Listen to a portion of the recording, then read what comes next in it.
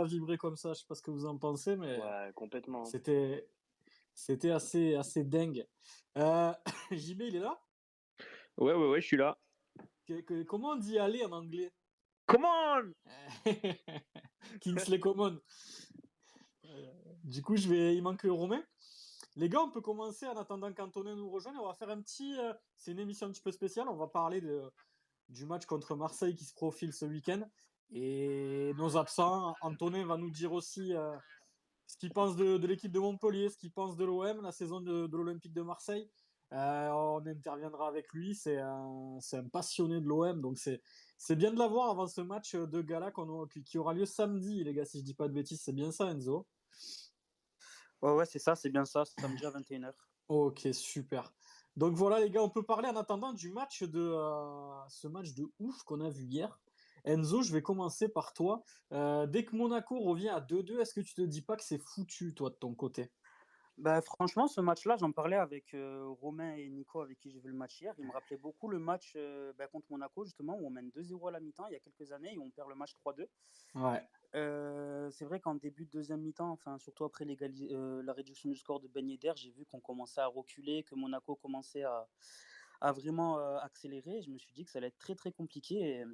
Et après, sur l'égalisation de Monaco, je me suis dit ça va être compliqué de tenir même le match nul. Bon, après, ouais. on a quand même la chance de marquer ce but à la 90e. Franchement, comme je te dis, ça faisait longtemps que j'avais pas vu le stade exploser comme ça. Je suis tombé 3 fois en tribune. C'était n'importe quoi. Bon, il y a quand même eu le petit bémol, le petit raté de Joaquini juste avant le but de Mavididi. Mais bon, heureusement qu'on gagne ce match, parce que je pense quand même qu'on méritait de gagner sur l'ensemble du match. Moi, j'ai été choqué, Enzo, dis-moi ce que t'en penses, par l'état d'esprit. C'est-à-dire qu'on n'a même pas abdiqué quand il y avait 2-2, quand Monaco est revenu. On a vu une équipe qui s'est arrachée, qui est allée chercher la victoire. Elle est pas venue toute seule, ça, là. On est vraiment allé l'arracher au trip. Est-ce que tu as le même sentiment, toi, que les joueurs se sont vraiment dépouillés hier? Bah ouais, c'est exactement ça. Surtout, ce que je disais encore hier, c'est que ce genre de match-là où on mène 2-0 et on se fait rejoindre à 2-2, les années d'avant, on le gagne pas. On va pas le chercher pour gagner. On prend un gros coup sur la tête et on recule pour essayer de tenir le nul. Alors que là, dès qu'on a pris le but du 2-2, on était à fond dans l'offensive. On a essayé de marquer justement le troisième, ce qui est arrivé. Et franchement, l'état d'esprit hier, rien à redire. Est-ce que tu aurais cru qu'on puisse arracher la victoire en fin de match comme ça? Sachant que nous, on n'est pas trop adeptes à Montpellier des victoires dans le Money Time, un petit peu comme ça, à l'arrache, hein. Ouais, franchement, à 2-2, je pensais vraiment qu'il y aurait match nul ou qu'on perdrait ce match. Je vais pas te mentir, j'étais un peu pessimiste. Ouais. Après, on a eu quelques situations de gagner le match, mais vraiment le but de Mavidi qui nous libère à la fin, c'était incroyable. C'était dingue. On va passer à JB. JB, est-ce que tu es là? Oui, je suis là. Tu l'as fait en français ou en anglais? En Comme tu veux. français, c'est mieux. En anglais, je vais avoir du mal. Ok. Toi, qu'est-ce que t'en as pensé un petit peu de cette victoire? Est-ce que, comme nous, t'es ressorti choqué de ces 3 points et de cette victoire sur le fil? Moi, je te cache pas que je m'y attendais pas. Ouais, ben, un peu pareil que toi. Moi, avant le match, j'étais assez pessimiste. Voilà, tout simplement parce que Monaco, il y a quand même une belle équipe. Mais après, c'est vrai que j'ai été rassuré par l'état d'esprit de l'équipe en début de match. Voilà, on met 2 buts et on produit du jeu. Donc ça, j'ai bien aimé. Après, c'est sûr que quand on prend ce but avant la mi-temps, comme Enzo, je me suis dit que ça allait être compliqué de résister. Finalement, on a bien résisté en seconde mi-temps. Après, on prend ce but qui, un peu contre le cours du jeu, qui nous fait beaucoup de mal. Et Ouais. ben là, pareil que vous, j'ai pensé qu'on allait lâcher prise, qu'on allait prendre ce troisième but. Et finalement, j'ai vu l'équipe qui avait une force de mentale incroyable et qui a commencé à se libérer, à jouer. Et franchement, ça m'a fait hyper plaisir. Après, quand Joaquini a raté l'action, là, je me suis dit, aïe, aïe, aïe, ça va être compliqué. Et Ouais. finalement, ben, il y a Mavididi qui nous libère à la fin. Et franchement, c'était un truc de fou, quoi. J'y croyais pas du tout. Est-ce que l'égalisation monégasque, un petit peu comme moi, tu la trouves un petit peu chanceuse, JB? Le gars, il met une belle reprise de volée, mais il est quasiment dos au but. Moi, je le trouve un peu chanceux, le but monégasque du 2 partout. Qu'est-ce que t'en penses, toi, de ton côté, JB? Ouais, moi je trouve que c'est un beau but. Après, c'est vrai que le contrôle d'Aguilar, je pense pas qu'il veut la mettre là.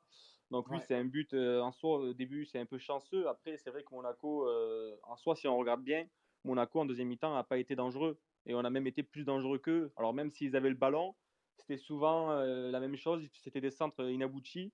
Et ouais, finalement, c'est vrai que ce but, je l'ai trouvé assez chanceux. Parce que si tu fais le calcul, Alors attendez, j'ajoute Romain qui est là. Si tu fais le calcul, tu as les deux occasions de Joaquini, tu as une occasion de Wai, tu as Mollet. Au final, est-ce qu'on mérite pas de le gagner ce match-là, même si on le gagne à la fin?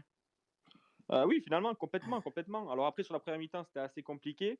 Ouais. Mais sur l'ensemble du match, si tu fais le calcul, on a eu plus d'occasions que Monaco. Donc pour moi, oui, c'est une victoire qui est méritée. La première mi-temps, ouais, c'est vrai qu'on a été vraiment, vraiment chanceux. Du coup, les gars, n'hésitez pas à réagir sur le hashtag SpaceMHSC. Comme d'hab, on lit vos messages. Il y a Ben qui est déjà là et qui dit il y a un décalage horaire ou quoi, faut pas commencer avant 21h. Ouais, il y a notre invité qui devait être là un petit peu avant et finalement, on va l'attendre. Donc, du coup, on démarre avec le petit débrief du match d'hier. On s'est régalé. Et je vais passer à Yanou. Yanou, toi, tu as reposté la vidéo du raté de Joaquini. Qu'est-ce que tu en penses de son action? Franchement, dégoûté parce que alors il y a deux loupés. Alors il y en a un qui est discutable parce que le ballon lui revient dans les pieds et il balance une galette dans les tribunes. Peut-être qu'il l'aurait pas marqué étant donné qu'il y a un défenseur monégasque dans les cages, mais au moins la cadrer, c'est ce que j'avais marqué sur Twitter parce que bon, c'est vrai que là, il a pas renvoyer une cacahuète dans les tribunes et faire chier tout le monde, voilà. Mais ouais, c'est dommage. J'ai l'impression qu'il essaye, mais il y a toujours un truc qui va pas. Il a l'air d'être malchanceux Moi, je et trouve qu'il est voilà. dans l'état d'esprit, il n'y a aucun problème. Il est là, le gars, il essaye, mais il n'est pas au niveau, quoi. C'est tout. Moi, je lisais encore, il faut lever l'option d'achat, mais les gars, 2 millions d'euros. Déjà, Laurent Nicolin, en ce moment, il roule pas sur l'or. Si tu mets 2 millions d'euros sur un mec qui est pas capable de marquer quand le but est quasi vide, l'année prochaine, va pas falloir s'étonner si on fait une saison compliquée. Sachant qu'il va y avoir des départs. Qu'est-ce que t'en penses, Yann? Ouais, non, mais moi je suis totalement d'accord. La première fois qu'on avait évoqué ce sujet-là, j'avais dit que je préférais attendre la fin de la saison avant de me prononcer, comme beaucoup d'entre nous. Mais là, le choix final commence à se dessiner et c'est dommage parce que il a un très très bon état d'esprit qui colle à la paillade, mais il y a le niveau qui va pas avec. Et je pense que c'est trop tard maintenant, même si on l'envoie en réserve. Enfin voilà, de base il est pas venu pour ça. Bah, c'est dommage, c'est un pari raté, comme on en a déjà eu. Ouais. Et ce match d'hier, Yannou, du coup, ce but à la fin, toi, comment tu l'as vécu depuis la but? Raconte-nous. Franchement, si je dis pas de bêtises, le dernier but que j'ai vu de ce style-là dans les dernières minutes, c'était un but de Sio contre Toulouse à Ouais, l'époque où ça on me parle. marque à la 94e, je crois, et on gagne le match 2-1. Du coup, c'est comme vous l'avez dit au début, c'est rare ce genre d'occasion, mais ce que j'ai vu, c'est surtout un stade même vide, uni, tout le monde était en transe et puis ça fait du bien de revivre ce genre de moment et on espère bientôt revivre avec encore plus de monde et pourquoi pas le retour des ultras. D'ailleurs, le stade sera rempli au prochain match, ça c'est plutôt une bonne nouvelle. C'est la fin des jauges le 2 février, c'est plutôt une bonne chose, sachant qu'on va recevoir Nice, il va y avoir des échéances assez compliquées pour le Montpellier Hérault, il va falloir du public à la Mosson. Romain, tu nous as rejoint, comment tu vas? Ouais, salut, ça va? Ça va et toi? Eh ben écoute, la patate, hein. T'as la voix qui chantonne. Ah ouais, franchement, ouais. Franchement, refait.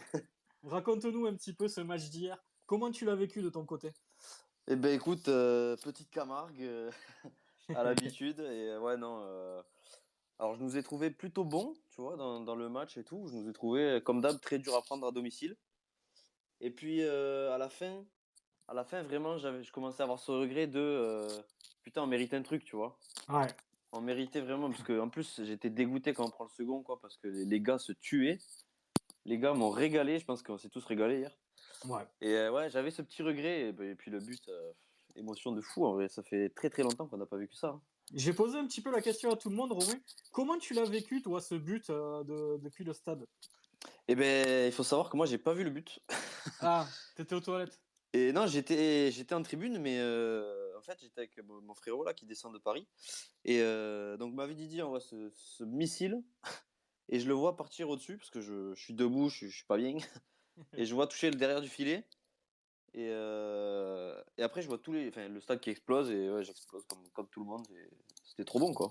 Ouais, c'est vrai que des émotions comme ça, on en vit un peu moins ces dernières années, parce que déjà, on n'est pas coutumier du fait des buts à la dernière minute ici à Montpellier. c'est vrai que c'est pas notre fort, mais, mais du coup, quel bonheur, surtout qu'on se replace sixième, les gars. On va repasser à Enzo. Enzo, qui tu mettrais, toi, en top d'hier, vraiment le mec qui t'a dit, ouais, lui, il nous a fait gagner le match. Clairement, Koza. Ouais, incroyable. Depuis que Esteve s'est blessé, il a repris sa place de prédilection, c'est-à-dire dans l'axe. Ouais. Et franchement, je me demande même si quand les Mendes, Esteve, etc. vont revenir, si tu peux sortir le gars, en fait. Il nous fait des matchs de malade mental. Tu peux pas le sortir, en fait. Les matchs qu'il nous fait là récemment, hier, c'était Majini Prime, il met la tête où personne n'aurait mis le pied. Ouais. Et il va faire une percée où il dribble 4-5 joueurs de Monaco et il fait la passe à la bonne intensité, il a la lucidité, surtout la 90e minute d'un match où ils ont beaucoup couru, de faire la bonne passe, le bon geste. Franchement, c'est vraiment top. Et même au-delà de la passe décisive, je l'ai trouvé vraiment solide. Après, on sait que tous les joueurs qui sont à côté de Mamadou Sakho, ils deviennent excellents, mais Koza, franchement, les masterclass qui nous sortent en ce moment, c'est incroyable, quoi. Tu trouves que ça vient principalement de l'apport de Mamadou Sakho, le niveau, on va dire, trouvé de Nico Koza dans l'axe?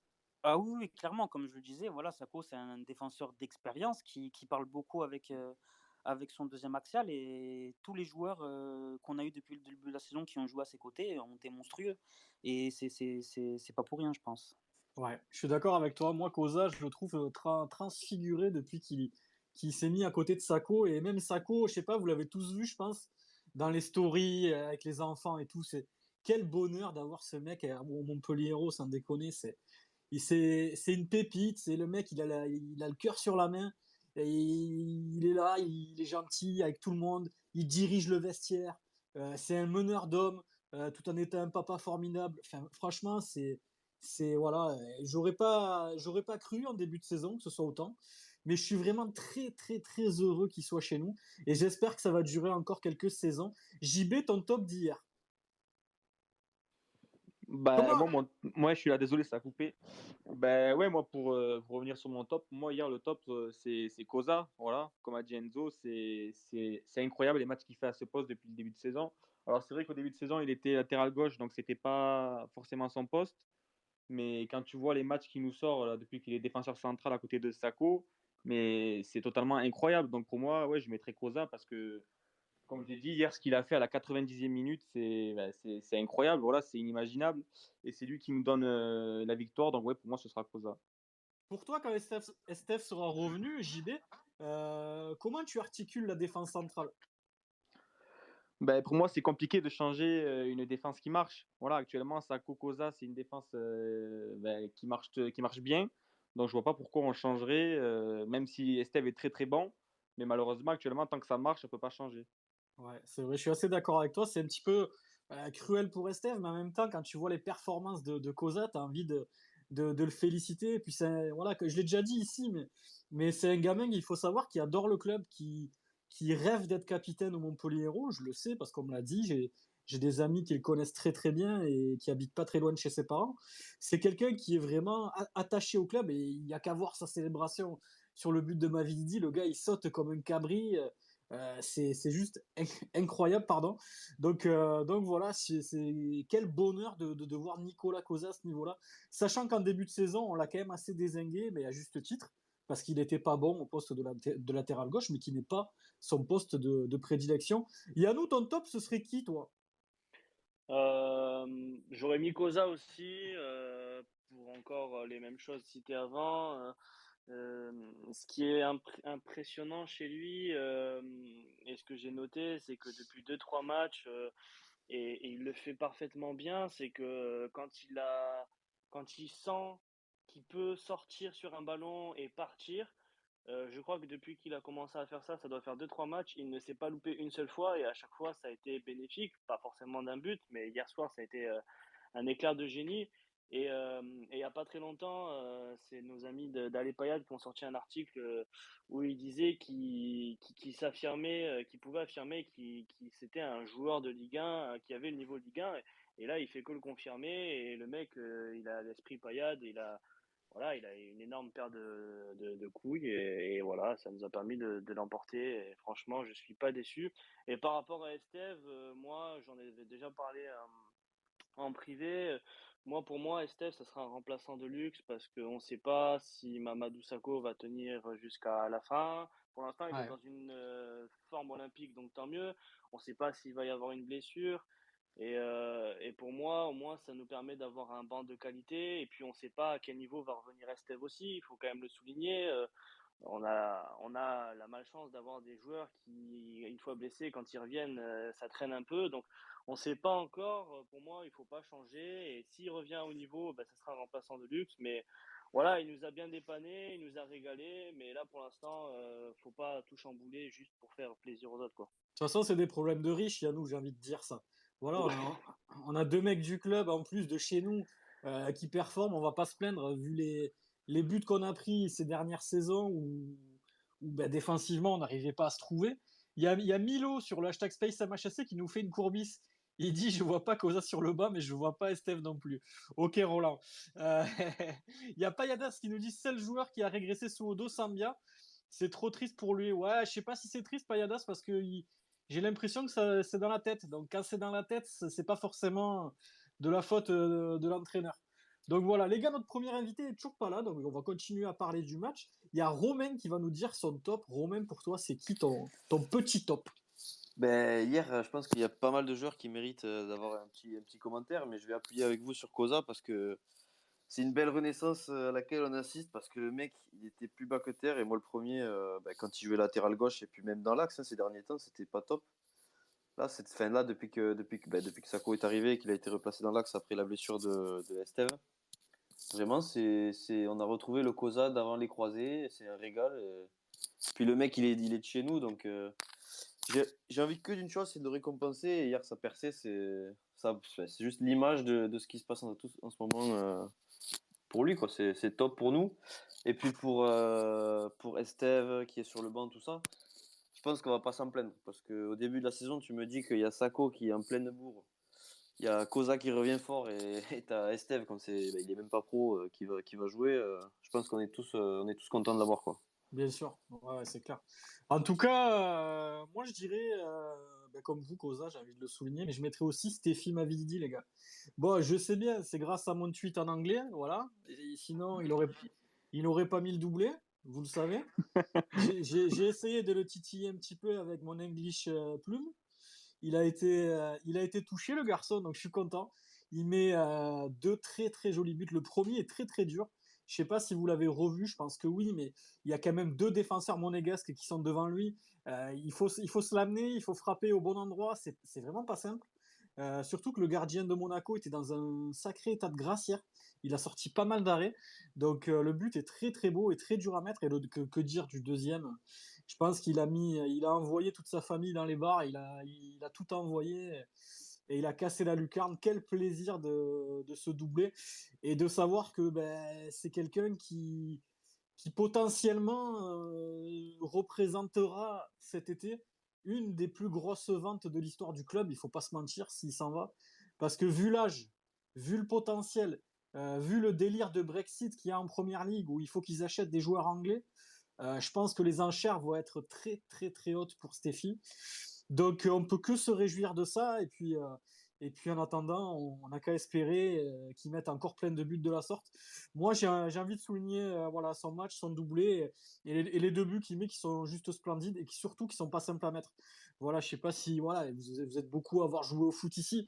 Quand tu as deux défenseurs devant toi qui sont en train de reculer, qui mettent le pied, qu'il y a le gardien qui est en face, que tu orientes ton pied droit, tu pousses un peu ton ballon, il faut bien la mettre. C'est pas simple. Franchement, le but est magnifique et le deuxième, il envoie tout ce qu'il a, donc c'est super. Les gars, si on devait trouver un petit flop hier, on va essayer de le trouver. Hein, on va pas faire de la langue de bois.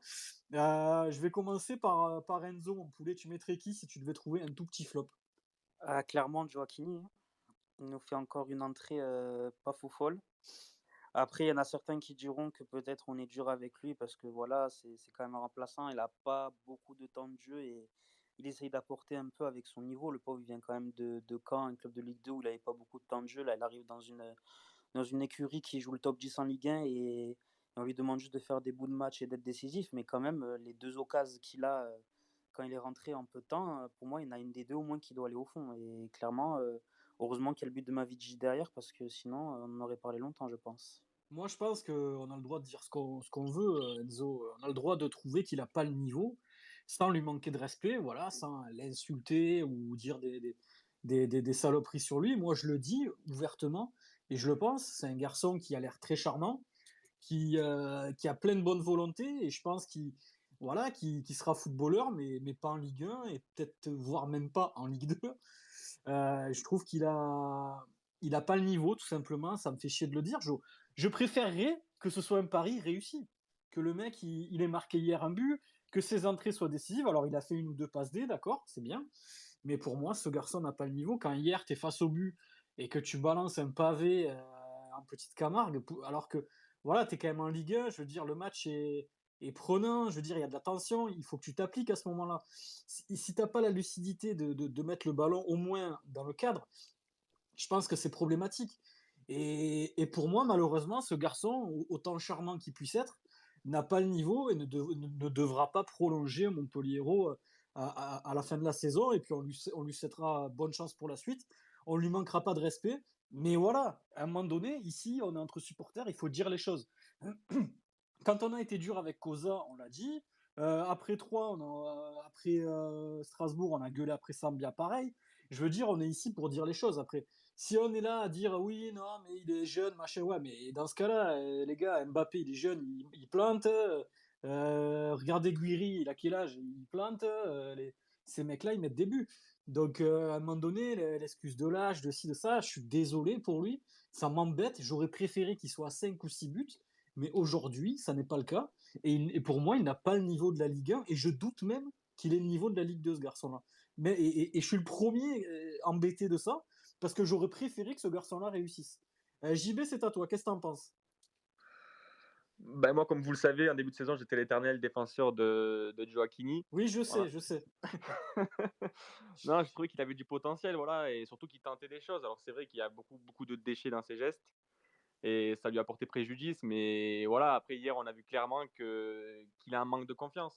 Moi, je pense qu'il lui manque ce but pour peut-être déclencher la chose qui fera qu'il sera décisif. Mais en attendant, oui, je suis assez d'accord avec ce que tu dis. Je pense qu'il est pas assez mûr pour la Ligue 1. Alors, il y a des joueurs comme Mbappé, voilà, on connaît qui sont mûrs assez vite. Et puis, tu as d'autres joueurs qui mettent plus de temps. Et je pense que lui, c'est son cas. Je pense qu'il est pas assez mûr encore. Tu penses que toi, avec un petit peu de maturité, il arrivera à faire quelque chose en Ligue 1? Ben, peut-être pas en Ligue 1, mais on voit clairement qu'il tente des choses. Alors, parfois, c'est vrai que Ouais, mais c'est. JB, moi aussi, si tu me fais rentrer, je vais tenter des choses. Tu vois, je veux dire, à un moment donné, entre tenter des choses, ok, j'entends, hein, j'entends. Et puis, je trouve aussi qu'il a de la bonne volonté, le garçon. Mais entre tenter des choses, moi, tu me fais rentrer, je vais savoir faire une passe. Tu vois, c'est pareil. Non, mais après, oui, quand je te dis ça, mais quand je te dis tenter des choses, c'est surtout dans ses gestes techniques, voilà, même dans les occasions parfois. Après, c'est vrai qu'il y a des jeunes qui tentent beaucoup plus de choses, qui réussissent. Lui, à chaque fois qu'il tente quelque chose, malheureusement, il ne réussit pas. Et le problème, il est là. Du coup, c'est qui, toi, ton flop JB du match d'hier? Ben, moi, ça va être compliqué de trouver un flop, mais voilà, ben, ce sera Gioacchini aussi. Parce qu'il rentre, il a deux grosses occasions devant les cages. Donc, comme a dit Enzo, il y en a une des deux qui doit aller au fond. Donc, ouais, pour moi, malheureusement, c'est Gioacchini. D'accord. Je voulais lire le message de Camille via le hashtag SpaceMHSC qui dit Mamad, c'est le grand frère et ses stories avec ses petits bouts, c'est un régal. Il a une éducation et une bienveillance tellement formidable. S'il fait pareil avec les garçons, c'est normal que ça se passe aussi bien. Il vend du rêve, Mamad Sako. Complètement d'accord, Camille. C'est un véritable bonheur d'avoir ce garçon-là chez nous et on espère que ça va durer longtemps. Il y a Elias qui nous trouve dur avec Joaquini. Ouais, ben après, moi je préfère être honnête et dire ce que je pense. Je peux pas dire oui, non, on verra. Je trouve pas, voilà. Après, les gars, vous avez le droit de pas être d'accord. Encore une fois, il y a Lionel qui dit je sens clairement un potentiel 10 fois plus intéressant sur Makwana que Joaquini. Antoine qui dit perso, c'est pas tant l'énorme raté que je reproche à Joaquini, c'est tout le reste. Le mec jouait pas à Caen en Ligue 2, il doit même pas toucher le banc chez nous, malheureusement. Il va encore avoir quelques minutes cette année, mais je ne vois aucun avenir en ça. Je suis totalement d'accord avec toi, Antoine. Voilà, mais un tweet plein de lucidité et je suis totalement d'accord. Il y a Payadas qui mettrait Mollet en flop. Je suis pas du tout d'accord avec toi. Mais on va passer à Yannou d'abord. Ton petit flop, Yannou. Je pense que j'aurais cité Gioacchini, mais je pense que vous avez tout dit. Et depuis hier, on rabâche, rabâche, et je pense qu'on va pas continuer parce que je pense que voilà, tout le monde a compris ce qu'on pensait. Moi, ce serait pas tant une personne, mais ce serait plus un fait de jeu que je mettrais en flop, c'est de trop grand nombre de passes loupées, surtout en première période, des ballons rendus à l'adversaire beaucoup trop facilement, des passes qui menaient nulle part, des passes trop facilement euh, anticipable. Et ça, c'est quelque chose qui a énervé pas mal de gens au stade, parce que ça, dès le début du match, on a senti quand même qu'on avait envie. Et puis derrière, il y avait ces pertes de balles qui étaient débiles, parce que vraiment, c'était sur des situations où on n'était même pas menacé, on redonnait la balle à l'adversaire. Et je pense que ça aurait pu nous coûter cher. Ça s'est amélioré en seconde période. Donc moi, je pense que ce serait surtout ce fait de jeu-là que je soulignerais. Après, en flop, je sais pas. Ouais, je vois ce que tu veux dire, mais il faut quand même pas oublier, Yannou, qu'en face, il y avait un sacré pressing quand même. Ah oui, Mona- oui, non, mais totalement. Monaco, je trouve que c'est une équipe qui est venue jouer. Et je trouve que du coup, c'est plaisant parce que ça fait un super match. Les mecs, ils ont pas reculé. Enfin, après, c'est pas leur rôle de reculer, hein. C'est quand même Monaco. Ils ont une très très belle équipe sur le papier. Ils sont venus créer du jeu. Et ce que je trouve aussi, à nous, c'est, dis-moi si tu es d'accord, si on avait un petit peu mieux sorti les ballons, il y avait vraiment des potentiels contres de malades à faire parce que Caio Henrique, par exemple, il était jamais latéral. Il était tout le temps ailier. Son côté, c'était un boulevard permanent. Si tu avais un petit peu mieux négocié tes sorties de balle, je pense que tu aurais eu des occasions de contre incroyables. Je suis entièrement d'accord et c'est dommage qu'on n'ait pas pu exploiter ça. Après, en première période, si je me trompe pas, c'est un peu pareil de notre côté. Je trouve qu'Aguilar s'est quand même vachement baladé. Alors, pas jusqu'au bout, mais j'avais l'impression que Resic n'était pas trop méfiant d'Aguilar. Et c'est vrai qu'à des moments, on voyait un côté droit qui était complètement vide. Ouais. Et ça a fait un peu peur, mais au final, défensivement, ça s'est débrouillé. Et au final, bah, tant mieux, quoi. On va faire un petit tour de table, les gars, avec la question de Haïtfada sur le hashtag SpaceMHSC qui demande c'est quoi votre prix acceptable pour Mavididi. Je vais commencer, je dis 25 millions d'euros. Romain, à toi. Euh, J'aurais aimé te dire ça en fin de Pour moi, c'est trop tôt pour en parler, mais ouais, je pense que dans ces eaux-là, on est. Je pense que Ah, il part dans ces eaux-là, je pense. prix Voilà, acceptable. 20-25 millions, je pense qu'on le lâchera, et puis voilà. Mais on verra 20. en fin de saison, la saison qu'il fait, quoi. Ouais, je suis Ça d'accord. va se Yannou. jouer, de toute façon, ça va se jouer là-dessus, et puis sur les opportunités des clubs anglais, c'est compliqué, mais ouais, je pense que 20-25 millions, on serait content, je pense. Yannou. Ouais, pareil, je dirais entre 25 et 30 millions.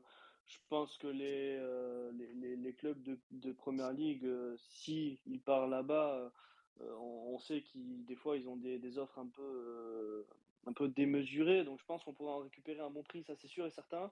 À nous de faire attention, mais en dessous de 25 millions, je pense que ce serait un échec déjà. Ouais, je suis assez d'accord avec toi. JB. JB, t'es Ouais. là? Moi, je suis assez d'accord avec toi. Je mettrais 25 millions. Voilà, parce que je Ok, vois des joueurs qui sont vendus parfois au championnat anglais à un prix exorbitant alors ils sont loin d'être bons. Donc pour moi, c'est 25 millions minimum. d'accord. Enzo? Moi, à mon avis, ça sera plus autour de 30 millions, je vais m'expliquer. Parce qu'il faut savoir que Mavididi, voilà, c'est un profil parfait pour la première ligue et il faut aussi savoir que c'est un Anglais. Et avec le Brexit, c'est des profils qui sont très très recherchés en première ligue. Après, avec les stats qu'il a actuellement, on est à peine au début de la seconde partie de saison. Il est déjà à 9 buts ou 8 buts, si je dis pas de bêtises. S'il continue à planter en deuxième partie de saison, il peut faire une saison à facile 15 buts. Et je pense que très clairement, s'il y a une offre de première ligue qui arrive sur la table, on peut être un peu gourmand et demander 25-30 millions d'euros, surtout vu les offres démesurées qui sont faites en première ligue. Ouais, moi, je suis tout à fait d'accord avec toi, Enzo. Yannou, tu voulais intervenir? Ouais, c'est juste pour ajouter un détail. Ouais, Mavididi, là, il est à 8 buts, 3 passes D. Donc, ouais. C'est déjà pas mal, hein? Ouais, je suis d'accord avec Enzo. Je pense qu'on pourra en tirer un énorme prix. Et je pense que sa saison n'est pas finie. Il va encore en planter, même s'il y a des fois on doute un peu. Mais je pense que il peut monter facilement à 14-15 buts. Ouais. Ouais, je suis assez d'accord. Romain, est-ce que tu pourrais nous trouver un petit flop hier? Ben, pour le flop, ouais, vous avez tout dit sur Gioacchini. Je pense que voilà, c'est son entrée, malheureusement, elle plaide pas en sa faveur. Mais après, moi, je vais vous dire que je suis pas du tout surpris en fait par Gioacchini. Enfin, je pense Explique. qu'on Eh, s'attendait tous à rien, mais on est quand même déçus parce que du coup, vu qu'on n'a pas grand monde sur le banc, ben, lui, il a du temps de jeu. Et tant mieux pour lui, parce que je pense que il est encore jeune, ça va lui servir et tout. Mais nous, c'est un handicap, ce banc qui est léger. Et voilà, tu te retrouves avec des joueurs qui n'ont pas le niveau Ligue 1, qui rentrent dans des matchs importants. En plus, sur ce match, ouais, il a 2 occasions franches. C'est compliqué. Heureusement, j'ai envie de te dire, heureusement qu'on gagne le match à la fin pour lui, parce que sinon, je pense que ça lui plombe complètement sa saison. C'est clair. Et ouais, mais après, j'ai du mal à l'incendier parce que il se donne, il mouille le maillot et ça pourrait être pire d'un côté. Mais voilà, tu te dis qu'on en parle beaucoup parce qu'il y a cette option d'achat en fin de saison. Et je pense qu'on est beaucoup à pas vouloir la lever pour le moment, sachant que tu as aussi des jeunes au club qui peuvent faire ce qu'il fait, quoi. Je veux dire, il n'est pas exceptionnel et tu as des jeunes au club qui peuvent faire ça. Donc ouais, Joaquini pour mon flop d'hier et puis pas plus, vous avez tout dit les gars. C'est un peu comme JB quand il a passé le permis, il s'attendait à rien, mais il était quand même déçu, quoi. En vrai, t'es C'est- content que Joaquin n'ait pas marqué. on Hein? avait un petit jeu avec JB. Si Joaquini marquait hier, je devais le mettre en photo de profil pendant 2 jours. Eh ben, je suis bien content de garder mon dos à l'île Maurice. Voilà. Euh, les amis, on va faire une petite aparté sur le match de Troyes qui a fait beaucoup couler d'encre la semaine dernière. Notamment l'exclusion de TJ Savanier. Est-ce que pour vous, TJ plombe un petit peu en quelque sorte l'équipe avec ses excès d'humeur? Alors, il y a eu beaucoup de débats dans la semaine. J'ai vu beaucoup de tweets passer, des gens qui se sont un petit peu même écorchés. Alors, le but, c'est pas de faire le procès de TJ, hein. J'entends bien, on sait tous qu'on adore le joueur ici, mais est-ce que pour vous, et je vais commencer par Enzo, est-ce que TJ il pénalise le collectif, le groupe, l'équipe, la saison avec ses sauts d'humeur comme il peut avoir à Rennes et là contre Troyes. La saison, j'irai peut-être pas jusqu'à là, mais en tout cas, pour le match contre 3, à 10, ça a été beaucoup plus compliqué, comme ça a été le cas à Strasbourg. Après, faut pas se mentir, le match contre 3, on doit le gagner 100 000 fois si on joue à notre vrai niveau. Après, c'est vrai que TJ, il a quelques sautes d'humeur, pardon. Après, on n'a rien à dire sur le joueur, quoi. C'est notre meilleur joueur, etc. Mais là, surtout que le geste face à 3 était clairement délibéré. J'ai revu l'image, il appuie clairement Ouais. son pied sur le tibia du Troyen. Et enfin, c'est des petits excès d'humeur comme ça qui font que il pénalise l'équipe. Surtout que là, voilà, il a pris 3 matchs fermes. Il ne sera pas là contre Marseille, contre Saint-Etienne. Ça va être compliqué. Ouais. Moi, je suis assez d'accord avec toi. Donc, j'ai pas envie de faire son procès à chaque fois qu'il va avoir un saut d'humeur parce que voilà, c'est notre meilleur joueur, on le sait. Il aura tellement d'éclairs de génie dans une saison que tu peux pas le réduire à ces 2-3 sauts d'humeur qu'il va avoir de temps en temps, même si là, forcément, si tu avais pris ne serait-ce qu'un point contre 3, aujourd'hui, tu aurais un point de plus au classement et puis ça serait peut-être pas pareil. Donc voilà, j'ai envie de te donner la parole, JB. Qu'est-ce que tu en penses, toi, des sauts d'humeur de TJ? Est-ce que tu penses déjà que lui, de son côté, il peut travailler là-dessus avec Dalloglio? Parce que même Dalloglio l'a souligné en conférence de presse et a dit que c'était dommageable qu'un tel joueur ait pète un câble de temps en temps dans certains matchs.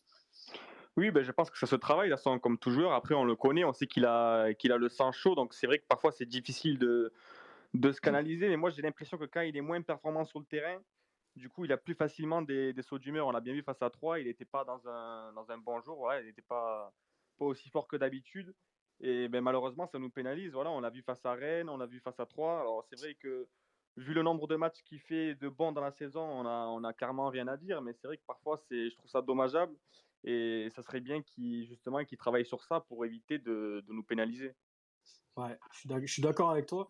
Surtout que ça fait déjà 2 fois en 2 mois. Il y a eu à Rennes, il y a eu là, et puis là, du coup, il manque aussi. On va en parler un petit peu de ce match qui se profile à Marseille, même si notre invité nous a planté, malheureusement, les gars, désolé, mais il est pas là. Il devait être là, mais il nous a planté. Bon, écoutez, tant pis. Yannou, qu'est-ce que t'en penses, toi, des sauts d'humeur de TJ Savanier? Est-ce que ça devient récurrent pour toi? C'est, comme tu l'as annoncé, c'est un sujet hyper compliqué qui a un peu divisé tout le monde. Moi, je pense on peut à la fois être indulgent et pas, parce que le mec, sans lui, on serait peut-être pas là. Euh, mais c'est vrai que on est une équipe, enfin on est un club familial, on est une équipe pas comme les autres en Ligue 1, donc on a des joueurs qui voilà, ont du caractère, etc. TJ, c'est un enfant du club, donc voilà, il a ce caractère-là. On peut pas lui reprocher d'être comme ça parce qu'on change pas une personne. Mais je pense que c'est des choses qui se contrôlent et sachant qu'en plus à chaque fois il s'en veut. Mais bon, le problème c'est que c'est des choses qui sont évitables et après le match peut-être aurait été différent face à Rennes. Là, face à 3, peut-être que la suite des événements aurait pas été la même. C'est compliqué, on peut pas lui cracher à la gueule parce que voilà, le mec, sans lui, on serait peut-être en Ligue 2, tu vois.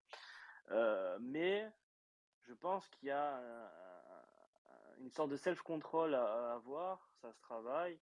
Après, voilà, encore une fois, on change pas une personne et malheureusement, s'il est voué à être comme ça, ben voilà, on fera sans et puis on voit qu'on peut aussi jouer sans, on n'est pas dépendant de lui. Mais bon, c'est vrai que c'est dommage autant pour lui parce qu'il loupe des matchs que pour nous, quoi. Il n'y a pas d'idée sur le hashtag SpaceMHSC qui nous dit pour moi, on est plutôt dépendant de Ferry. D'accord ou pas d'accord, Romain?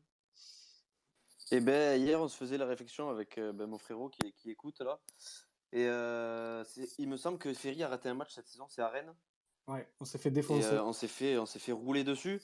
Et ouais, quand tu regardes les matchs, tu te dis ben, peut-être que c'était plus handicapé quand tu perds Ferry que quand tu perds TJ, parce que Ferry, il te fait l'équilibre défensif, il te sort les ballons. Il est quand même incroyable, Ferry. Enfin, je veux dire, on s'habitue à ce qu'il fait, mais c'est quand même incroyable. Ça fait longtemps qu'on n'avait pas vu un milieu comme ça, quoi. C'est très très fort. Ouais, je suis d'accord. Ouais, les gars. Ce match de 3 les gars, qu'est-ce que vous en avez pensé dans son ensemble? Faut en parler un petit peu parce on n'y est pas trop revenu du coup. Il était en semaine, il n'y a pas eu de space, etc. Qu'est-ce qui nous a manqué contre 3 Enzo? Si t'es là. Ouais, je suis là, désolé. Bah, contre 3, c'est clairement pour Parce moi qu'avant, du. avant, si tu veux, avant l'exclusion de TJ, on n'a pas fait grand-chose en soi. Ah ouais, mais c'est vrai, mais le match contre 3, on n'a pas du tout joué à notre vrai niveau. Après, comme je le disais peut-être, bah, justement, ça qui m'a étonné, on a manqué de jus. Moi, je pensais plus qu'on manquerait de jus face à Monaco, vu qu'on aurait enchaîné un troisième match en moins d'une semaine. Et contre 3, en fait, j'ai l'impression qu'on était un peu sur le reculoir, qu'on jouait pas vraiment à notre vrai niveau. Alors peut-être dans la tête des joueurs, ils se disaient, ouais, il y a notre match dimanche contre un concurrent direct, faut un peu s'économiser. 3, voilà, c'est une équipe très très à notre portée, mais en tout cas, ouais, c'est vrai qu'on a. Enfin, j'ai pas le souvenir en tout cas, d'une énorme occasion qu'on a contre 3. Je sais pas Ouais, je suis si vous d'accord avez avec fait le toi. même, Moi mais non plus. Moi non plus, je me souviens de rien. Il n'y a rien eu. J'ai l'impression que ce match contre 3 c'est un blackout total. ah ouais, Je c'est me, ça. je me rappelle que du pied de TJ qui écrase la jambe de El Hajam. Et c'est tout. JB, toi, qu'est-ce que t'en as pensé de ce match? Est-ce que tu as retenu quelque chose? Peut-être notre manque de fraîcheur, je sais pas. Non, pour moi, c'est pas un manque de fraîcheur. Pour moi, c'est un manque d'envie, clairement. Quand tu vois le match face à 3, tu avais une équipe de 3 qui avait envie, qui se battait, qui a pas mis le bus, parce que pour moi, ils n'ont pas mis le bus. Hein, ils nous ont pressés, ils ont quand même essayé de ressortir le ballon proprement. Et puis, tu avais nous, quand on jouait trop facile, c'était des gestes trop simples, on n'a rien tenté du match. Pour moi, on a pris trop ce match à la légère et ça nous a clairement pénalisé. Ouais, je suis assez d'accord avec toi. Il s'est rien passé de spécial. Yannou, est-ce que tu as quelque chose à dire sur ce match complètement raté contre 3 où on a strictement rien fait? Ouais, bah déjà il faisait froid. Du coup pour nous c'était pas foufou de voir un match comme ça où on pouvait pas se réchauffer en célébrant quoi que ce soit. À part ça, non, ça a été le néant. Pas d'envie, pas de grinta, pas de rien, rien du tout. Et en face, 3, bah ils méritent leur victoire parce que nous en face on n'a rien montré quoi.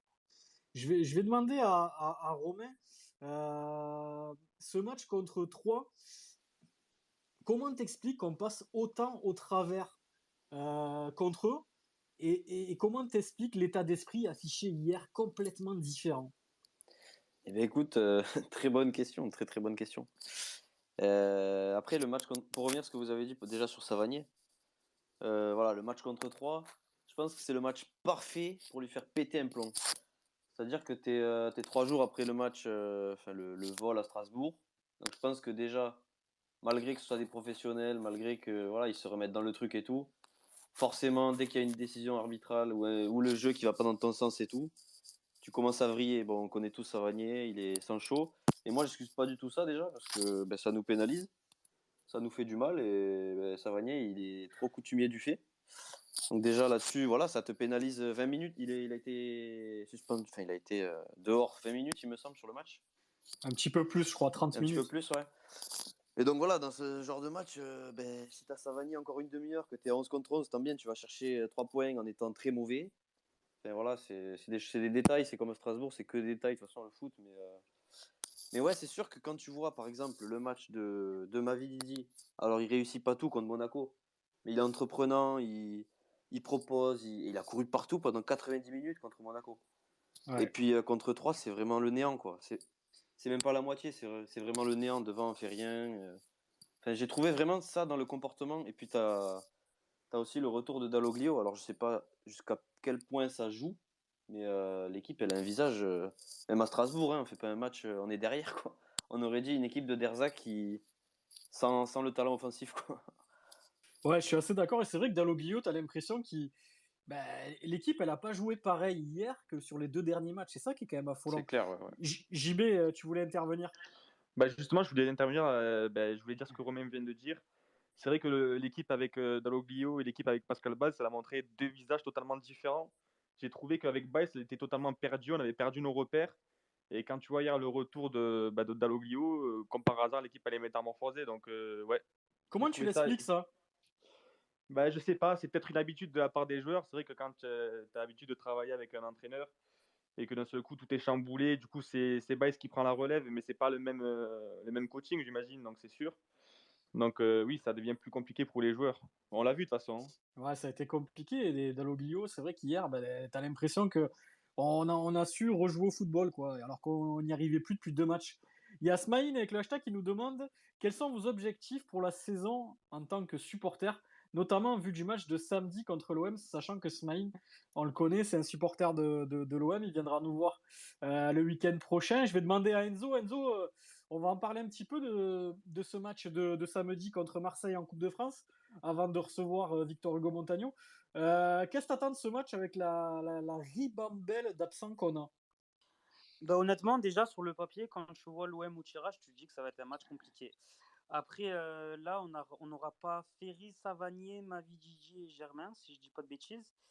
Ce qui fait que voilà, Dalloglio aura un vrai casse-tête pour trouver son 11 type. Pour moi, ça va être vraiment un match assez compliqué. Mais après, voilà, avec l'esprit paillade, et on est quand même confiant et on va tenter, on y va pour se qualifier, quoi. On y va pour se prendre une branlée, rentrer à Montpellier. Donc, je pense quand même que ça va être un bon match. Même si honnêtement, je suis pas très très confiant, mais en tout cas, j'espère qu'on gagnera, hein. Moi, honnêtement, en ayant vu le match de l'OM à Lens, je vais pas faire de langue de bois, je suis pas hyper confiant. Alors, il y aurait eu toutes nos forces en présence. Je dis qu'on aurait pu faire quelque chose là-bas. Et ça, je le réitère, c'est sûr. Maintenant, avec tous les absents qu'on a, honnêtement, je me demande combien de temps, et je vais arborer vraiment le match comme ça, je me demande combien de temps on va tenir en fait. Je pense que ça va être vraiment un calvaire pour nous ce match, en espérant bien sûr, qui sait, une belle surprise. Mais honnêtement, j'y crois pas trop. JB, toi, ce match-là, tu te positionnes comment? Est-ce que tu espères l'exploit de l'équipe? Bah, comme tout supporter, oui, j'espère l'espoir de l'équipe. Après, comme tu viens de le dire, ça va être compliqué de. Même, on n'a pas de force offensive dans ce match. Voilà, on perd Mavididi, on perd notre milieu de terrain, Ferry, Savanier. Donc pour moi, on n'a rien à perdre. Moi, j'attends de ce match de voir les jeunes. Voilà, j'espère qu'il y aura des jeunes qui seront titulaires. Et ça va, voilà, qu'on entame ce match voilà, avec la Grinta. Et peut-être, qui sait, sur un malentendu, on peut se qualifier. En tout cas, on n'a rien à perdre. Ouais, je suis d'accord avec toi. De toute façon, quoi qu'il arrive, on n'a rien à perdre. Et je vais passer à Yannou. Yannou, ce match en Coupe de France, qu'est-ce qu'on fait? On fait un exploit? On fait rien? Est-ce qu'on y va avec une petite ambition quand même? Moi, comme le match face à Monaco, ou après, moi personnellement, je le prends. J'espère rien. Comme ça, s'il se passe rien, je serai pas déçu. S'il se passe quelque chose, je serai étonné. Après, dans l'ensemble, on est un club qui est pas capable de tout. Je pense que si on a l'envie, même si ça va être très dur, on peut espérer quelque chose. Un match, ça se gagne pas en mettant 40 buts, hein. Un 1-0, ça suffit. Il suffit qu'on tienne derrière, même si en face, ça va être très compliqué. Moi, on est capable de tout et je pense que ça va être le moment à certains joueurs ça va être un point décisif pour eux, Peut-être pour les jeunes. surtout pour les jeunes et des joueurs en moins bonne forme. Par exemple, Joaquini, on ne sait pas.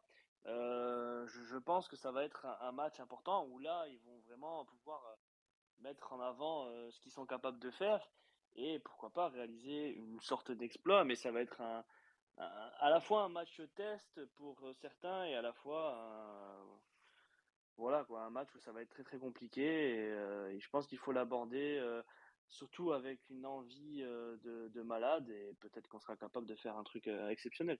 Enzo. Ouais, moi j'étais en train de me demander un truc sur lequel je réfléchis depuis 2-3 jours.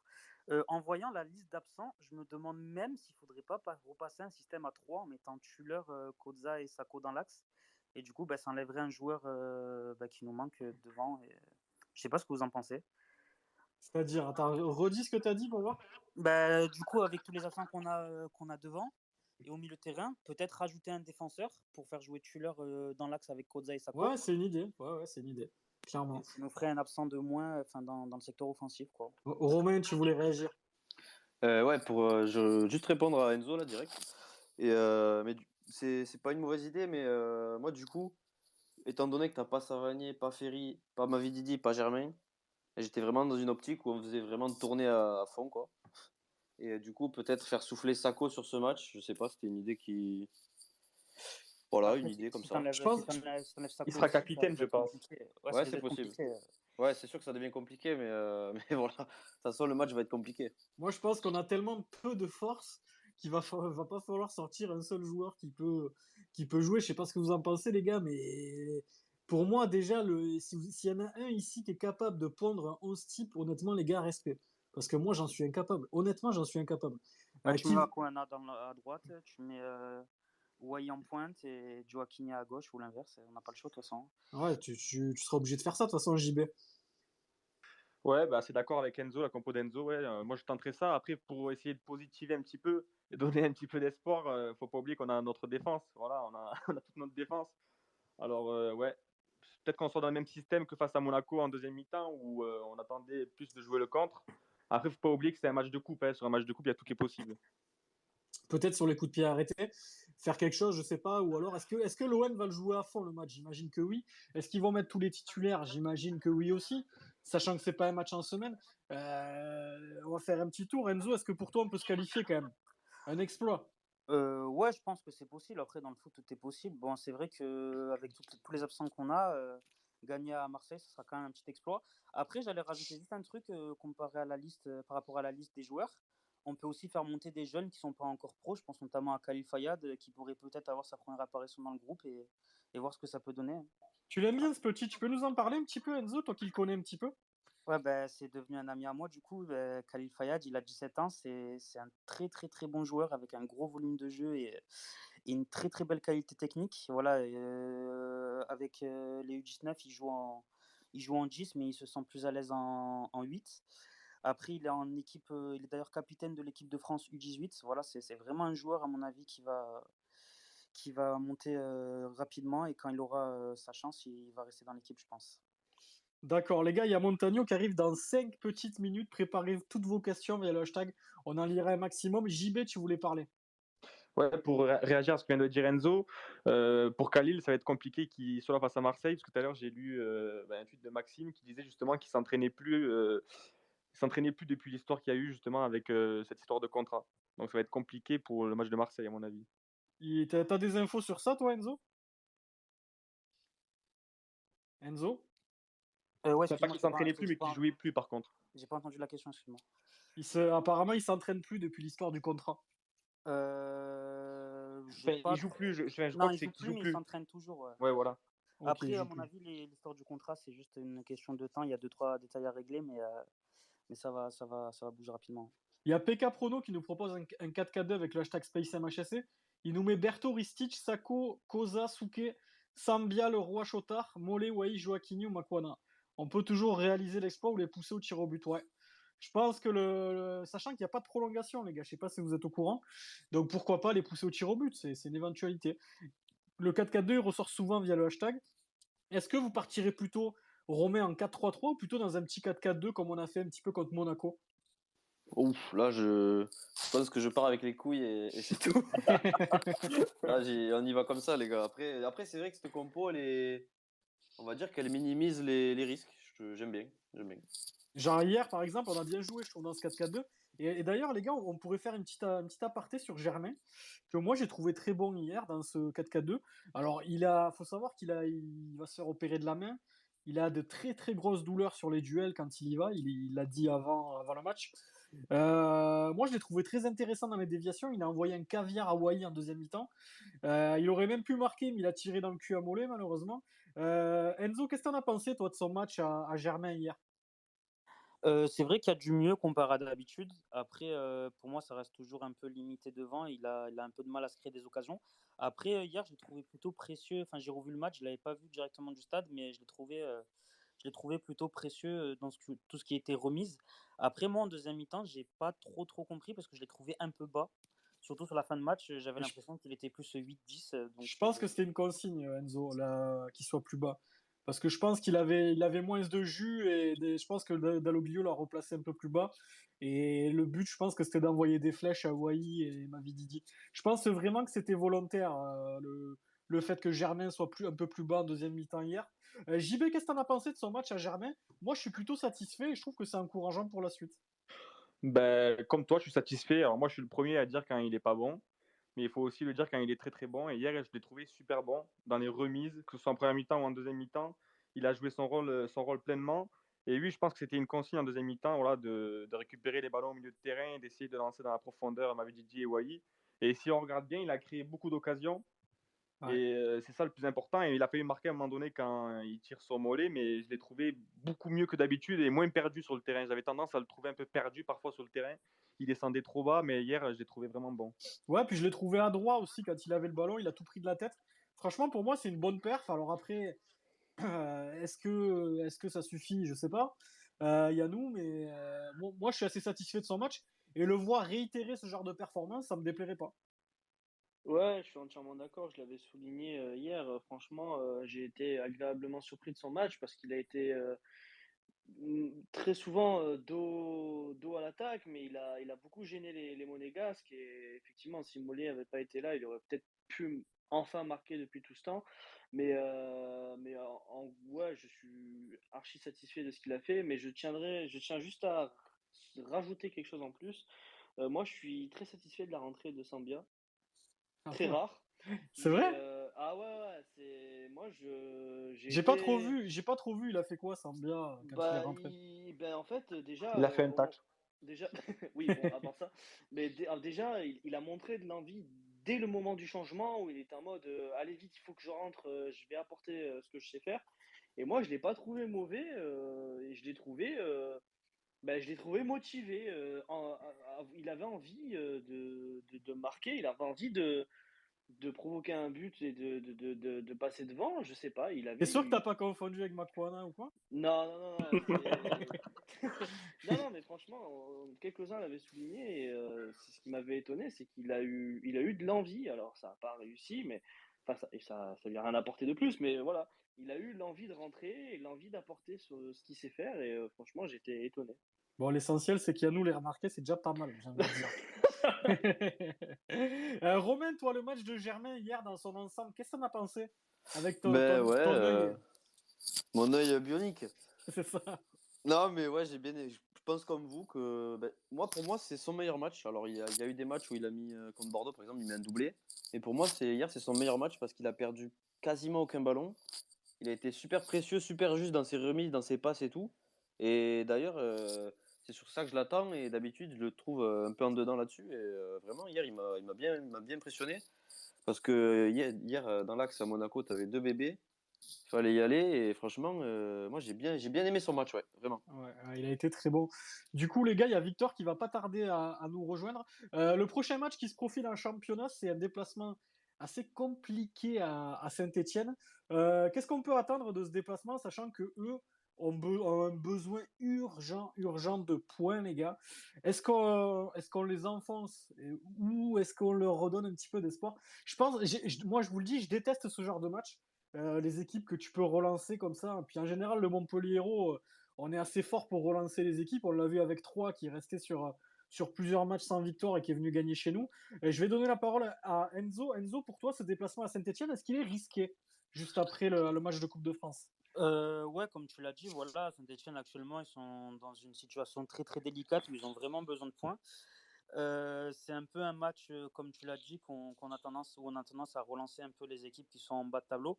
Après, bah, on y va pour les enfoncer, clairement, hein. On pense à notre club, on s'en fout un peu de Saint-Etienne pour rester poli, mais moi je pense que surtout qu'on va récupérer pas mal de joueurs, il y aura juste Savanier qui va manquer. Je pense qu'on va là-bas clairement pour prendre les 3 points et il faudra le faire, hein. Du coup, il n'y aura pas TJ, c'est bien ça, hein? Voilà, ça sera son dernier match de suspension et après il revient. Ok. JB, toi, ce match à Saint-Etienne, qu'est-ce qu'on peut attendre sachant qu'eux, ils sont sur la corde raide, ils sont pas bons, mais ils ont absolument besoin de points. Qu'est-ce qu'on fait là-bas pour toi? Pour moi, qu'on continue dans la continuité de Monaco, voilà, tout simplement. Qu'on mette de l'intensité, qu'on joue décomplexé, parce que dans tous les cas, nous, on n'a rien à perdre comparé à eux. Après, ça va être difficile. Ils vont nous imposer un impact physique, à mon avis, qu'il va falloir avoir du répondant. Mais le fait de retrouver Mavididi, Ferry, voilà, avec un peu plus de fraîcheur, moi, je pense que ça peut faire la différence. Voilà. Donc après, c'est à nous de mettre, comme dit Ferry, les ingrédients. Si on se qualifie pas contre Marseille, JB, est-ce que pour toi, on peut aller chercher quelque chose en championnat au niveau du classement? 5, 6? Ah, c'est compliqué. Après, c'est compliqué quand tu vois le niveau de jeu de Monaco hier. C'est vrai qu'il y a beaucoup d'équipes qui sont plus forts que nous pour moi au niveau de la profondeur de l'effectif. Pour moi, il faut pas faire attention au classement. Il faut prendre match après match, jouer comme on sait le faire, et puis à la fin, on fera les comptes. Ouais, il faut jouer match après match, comme on le disait. Moi, ce match à saint les gars, il me fait peur, je vous le dis. Je vais donner la parole à Yannou. Moi, sachant qu'il y a ce match de Coupe de France où il y a tous les absents, derrière, tu vas chez le dernier du championnat qui doit absolument se relancer. Moi, je déteste ce genre de match.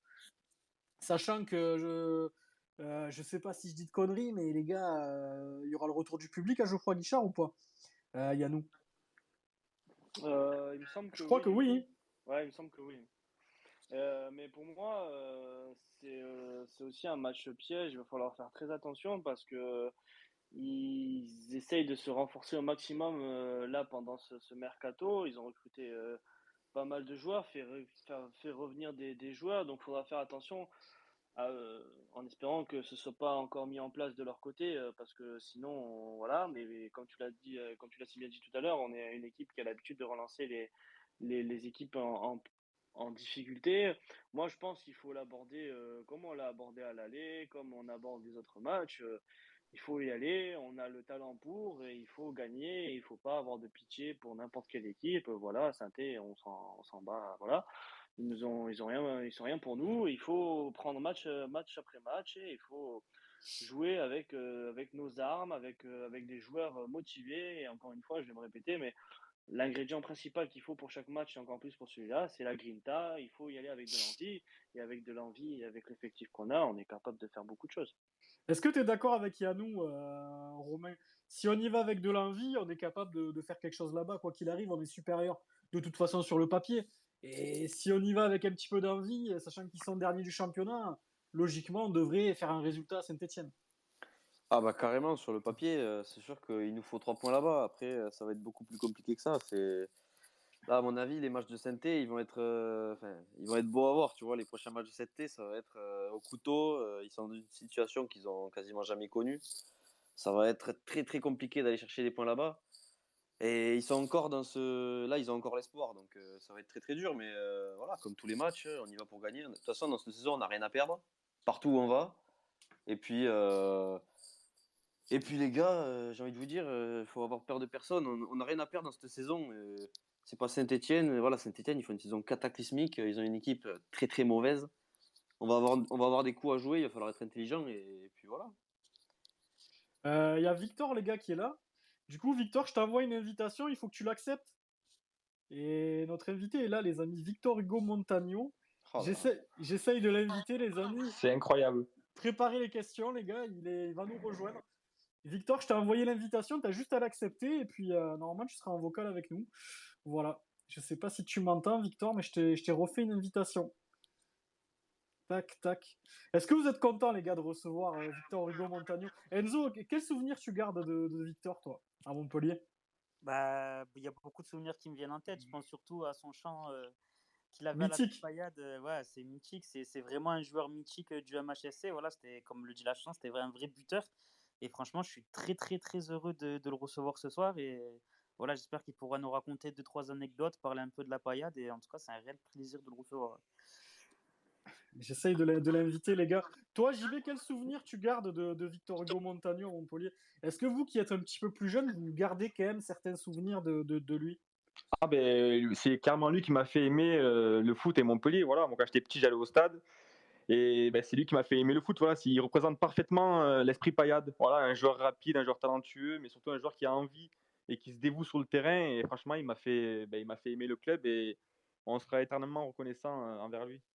Ouais, je suis assez d'accord. Les gars, j'essaye de l'inviter pour l'instant, il y a un petit problème. Yannou, toi, est-ce que tu gardes des souvenirs, vu votre jeune âge quand même, de Victor Hugo Montagno à Montpellier? Alors moi, je vais être honnête, j'ai pas connu son premier passage à Montpellier parce que cette période-là, je suivais pas trop le foot. Mais du coup, j'ai suivi avec attention son deuxième passage et j'en garde d'excellents souvenirs. Le mec, il est imprégné de la paillade. Il aurait tout fait pour. Il serait défoncé. Il s'est défoncé jusqu'au bout. Il a essayé d'apporter le plus qu'il a pu apporter à son deuxième passage. Et moi, je garde en tête un vrai combattant. Et ça a été un réel plaisir de le voir. Sachant que je n'avais pas pu le découvrir en premier temps. Ok, Victor, il a un petit problème, les gars, avec le micro. Il est en direct de Colombie, quand même, les gars, on va pas lui en vouloir. J'essaye de l'inviter comme je peux, les gars, c'est pas facile. Je sais pas si peut-être le fait de la distance, il y a un petit problème, mais il me dit qu'il n'arrive pas à rejoindre la conversation vocale. En tout cas, il est avec nous. Euh, Toi, Romain, est-ce que tu gardes un souvenir du premier passage de Montagno ou pas? Ah ben carrément, ouais, c'était la première équipe que j'ai suivie. Moi, c'était cette équipe de Ligue 2 qui est montée avec Tino Costa, Marveau, tout ça. Moi, ça, c'est ma première équipe vraiment où j'étais à fond, quoi. C'était les premiers matchs où mon père il me ramenait au stade. C'était incroyable pour moi. Montagno, c'est vraiment incroyable, les gars. J'essaye de le faire venir, les gars, c'est pas Il simple. faut peut-être qu'il est pas sur téléphone, je sais pas. Si, il est sur téléphone, Ouais. on lui a donné toutes les infos. Après, peut-être la distance, je sais pas s'il y a un petit problème ou pas. Peut-être Victor, essayer de lui faire une demande, peut-être. ouais, sinon, Victor fait une demande pour parler. Je C'est sais en pas bas à si- gauche sur le micro. si tu En vois. bas à gauche, tu peux faire une demande et moi, je l'accepte. Si tu peux, Victor, faire ça, ça serait cool. En bas à gauche, tu peux faire une demande pour parler. Si tu fais ça, moi, je peux l'accepter, tu seras avec nous. Je viens jusqu'en Colombie pour s'il faut pour régler le problème, pas de Ouais, souci. ça serait pas mal. Sinon, les gars, tant pis, on le prendra une prochaine fois. Mais on va essayer de le faire marcher. Ça serait cool, en tout cas. Mais Victor, je sais pas si tu m'entends. Je vais t'envoyer un petit message privé. Tac, tac, tac. Je vais essayer de le réinviter quand même encore. J'espère que c'est pas dû à la distance, peut-être qu'il soit en Colombie assez loin. C'est pas simple. Tac, tac. Ça me laisse pas parler, il me dit. Ok. Je sais pas si tu peux faire une demande pour parler, Victor. Juste en bas. C'est ça, Enzo, c'est en bas à gauche, hein. C'est ça sur le petit micro. C'est au niveau du micro, Victor. Si tu peux essayer de faire une demande, ça serait pas mal.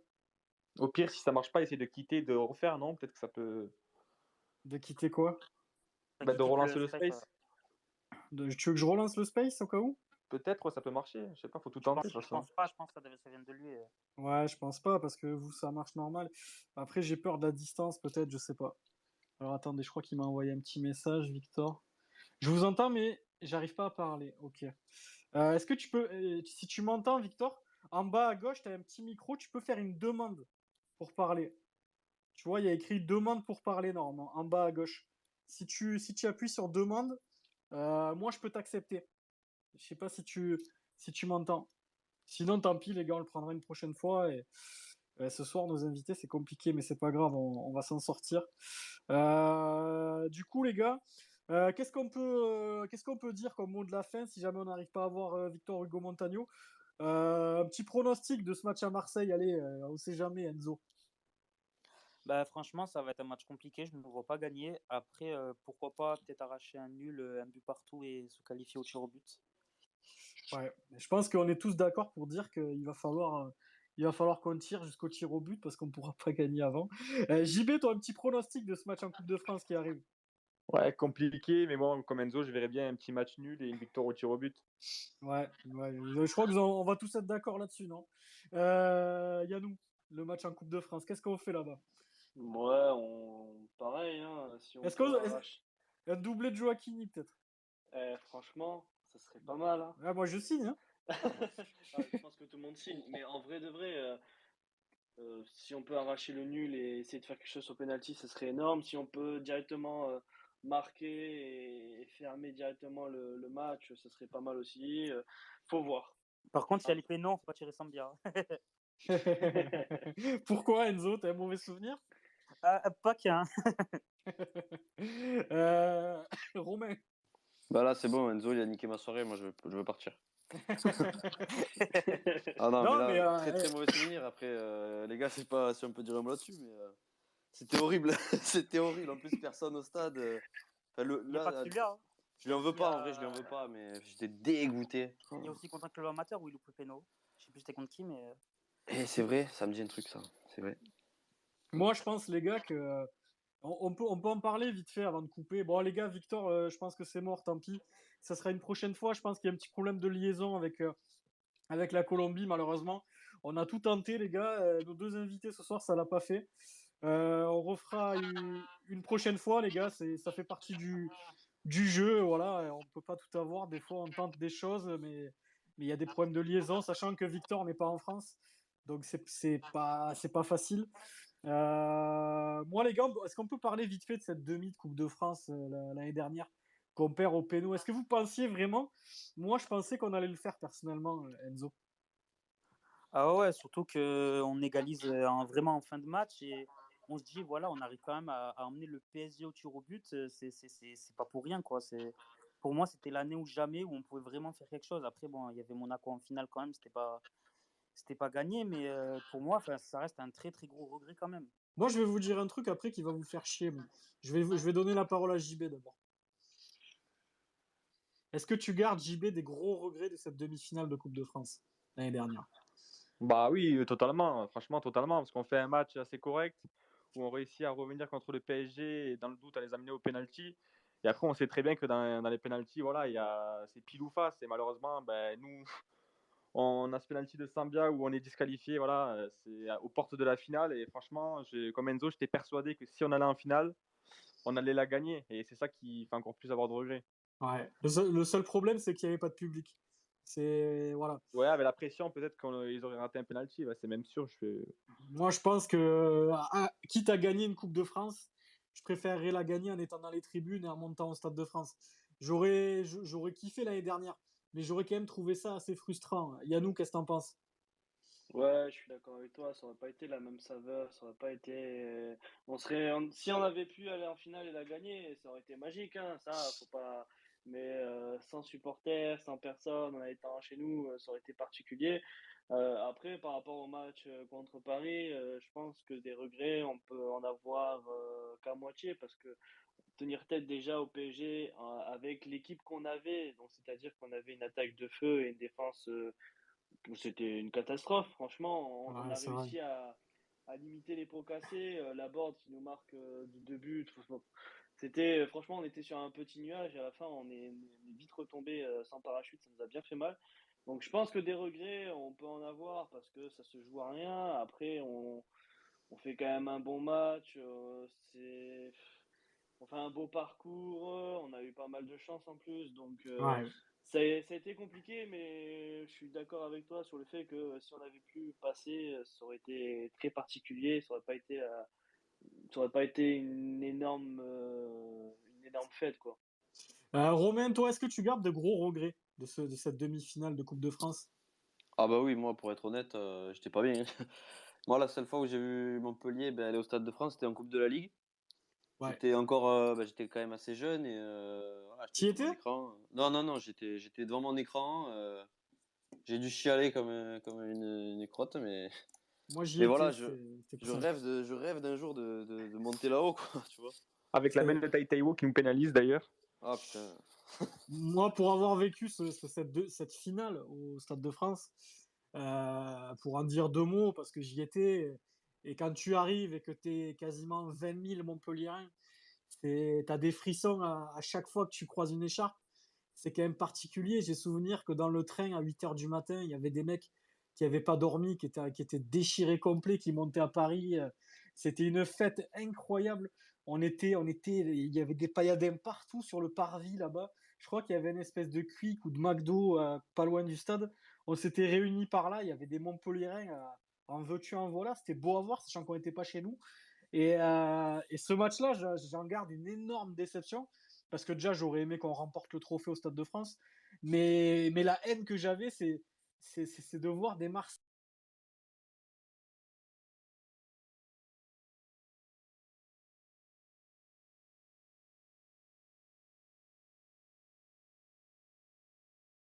Qu'est-ce que tu nous racontes de beau? T'es en Colombie actuellement? Allô, Victor? Et du coup, Ah, ouais, t'es chez toi, du coup, t'es où en Colombie actuellement, Victor? On t'entend mal, je pense que t'as des petits attends, problèmes de liaison. vous m'entendez? Là, là c'est bien, Ok, Victor, au top. ok. Désolé parce que c'est ma fille qui m'a aidé. Et donc, Ouais, j'ai mis quand même pas mal de temps bah, c'est gentil d'être là, pour mettre Victor, le ça me fait micro. très plaisir. Non, avec plaisir. Avec plaisir. Tu sais quand, tu sais quand t'as jamais oublié à Montpellier. Ouais, ah, c'est bien. Franchement, Est-ce que, je suis content d'échanger un peu avec vous. Je suis content de que vous rappelez de moi. Et donc, voilà, je suis là pour en discuter un peu. qu'est-ce que tu fais maintenant, Victor, en Colombie, toi? Tu t'occupes de ta famille? Qu'est-ce que tu fais de Oui, particulier bah là-bas? écoutez, moi j'ai arrêté le foot. J'essaie de profiter un peu de la famille. J'essaie de profiter un peu des amis. J'essaie aussi de voir si je peux continuer avec le foot, soit pour être agent de joueur, soit pour être bon coach. Je ne sais pas encore, mais pourquoi pas être coach des attaquants. Est-ce que revenir en France, ça serait une opportunité pour toi? Mais écoutez, franchement, la France, je l'ai toujours en tête, surtout Montpellier, je l'ai toujours en tête parce que c'est une ville qui m'a beaucoup aidé, c'est une ville qui m'a donné la possibilité déjà le club de me montrer comme joueur. Et j'ai pas Ouais. mal des amis aussi en France et surtout à Montpellier, donc pourquoi pas, mais pour ça, il faut que je sois, comme on dit, il faut que je travaille, il faut que je me prépare pour Ouais. si jamais il y a une possibilité, j'essaie de bien profiter, quoi. Enzo, il va te poser une petite question, Oui, Victor. Vas-y, Enzo. Salut Victor, déjà, c'est un réel plaisir de t'avoir avec nous. Moi, j'aimerais, c'est pas vraiment une question, j'aimerais savoir si tu n'avais pas une petite anecdote à nous raconter par rapport à ton passage à Montpellier, un truc qui t'a vraiment marqué sur le club ou sur un de tes coéquipiers de l'époque. et bon, il y en a pas mal. Il y en a pas mal. Non, moi, l'anecdote, bon, je ne sais pas si on peut dire des vulgarités ici. Je sais pas, mais sinon, je essaye de pas donner, de pas, de- Tu peux dire ce que tu ouais, veux. ouais, mais écoutez, moi, il y a un jour, c'est un truc qui m'a pas marqué, mais c'est un truc que moi, j'ai été, au départ, j'étais choqué. Après, quand je suis rentré à la maison, j'ai rigolé pendant 3 jours. Et Raconte-nous. il y avait un match on a joué à la maison. Je pense que je sais pas si c'était ouais, c'était en Ligue 2. Et on était dans une période, on gagnait pas beaucoup. Je pense on était même, on a failli, dans cette saison-là, on a même failli descendre en national. Ouais, je m'en souviens. Il y a le président et Loulou qui disent, ouais, les gars, franchement, vous méritez pas qu'on vous paye. Je préfère donner l'argent au foot que vous. Bravo. Et moi, C'est du loulou. et moi, je me suis dit, mais qu'est-ce qu'il raconte? Et après, je rentre à la maison, mais franchement, c'est un truc qui, franchement, ça m'a marqué, mais ça m'a donné beaucoup de. Après, j'ai rigolé tout seul, quoi. Avec ma femme, je lui racontais ça, il me dit, ouais, en gros, il a raison, parce que bah, voilà, il vous paye, mais vous faites rien sur le terrain, quoi. Victor, tu gardes un bon souvenir de Louis Nicolin, toi? Oui, oui, oui, franchement, c'est. Nicolas, c'est la famille Nicolas, mais même Nicolas, lui, il m'a donné beaucoup de confiance parce que franchement, bah, comme les gens qui m'ont suivi ou les gens qui ont suivi cette équipe de Montpellier au départ, quand je suis arrivé, c'est vrai que Montano, à cette époque, c'était pas les Montano de 2001, de 2011, quoi, tu vois. C'est Ouais. moi, à mes débuts à Montpellier, oui, disons que j'étais pas mal, mais je marquais pas des buts. Je jouais bien, mais j'étais pas un joueur assez décisif. Et je crois que Nicolas, quand il m'a vu, il a dit, bon, oui, c'est un gars comme il parlait, hein, et c'est un gars qui est fort et tout, mais il marque pas. Il faut qu'il commence à montrer ce qu'il veut. Et après, voilà, je pense il m'a laissé le temps de m'adapter, il m'a laissé le temps de que je fasse mes preuves. Et après, je pense que et après mes 3 années ou mes 12 années et demie que j'ai fait à Montpellier, quand j'étais en Ligue 2, je pense que j'ai pu saisir ma chance et j'ai pu leur redonner ce qu'ils voyaient à moi. Est-ce que tu as gardé un lien avec Tino Costa, Victor? Oui, oui, oui, oui. En plus, Tino, il est venu jouer dans mon pays, c'est en Colombie. Il est venu Oui. jouer à Atlético Nacional, si je ne me rappelle pas, je pense qu'il y a 3 ans, si ma tête ne me trompe pas. Je suis allé le voir à Medellín, je suis resté avec lui 2, 3 jours et on reste en contact. Vous êtes restés très copains. Nous, on se rappelle de vos célébrations. Est-ce que tu te souviens la saison où vous faisiez des petites célébrations spéciales tous les deux? Oui, je me souviens. Oui, bien sûr, je me souviens. Je me souviens. Vous avez imité Pierre Voilà, Ménès? celle-là, je pense que celle-là, elle a fait un peu le Tour de France. Mais bon, Ouais. on l'a fait dans l'ambiance, on l'a fait en respectant Pierre parce que c'était une personne à l'époque, je pense que c'est une personne qui pesait beaucoup en France. Et nous, on Ouais. voulait juste lui faire un clin d'œil avec Tino, avec nos manières de rigoler, avec nos manières à cette époque-là de voir le foot, de comment on s'entraînait, comment on jouait. Et c'est vrai qu'avec Tino, je peux dire, c'est mon frère. Ouais, on comprend. Nous, ça nous touche beaucoup parce que tu le sais très bien, Victor. On vous aimait beaucoup tous les deux et on t'aime toujours beaucoup et ça nous fait très très Merci. plaisir de t'entendre. Merci.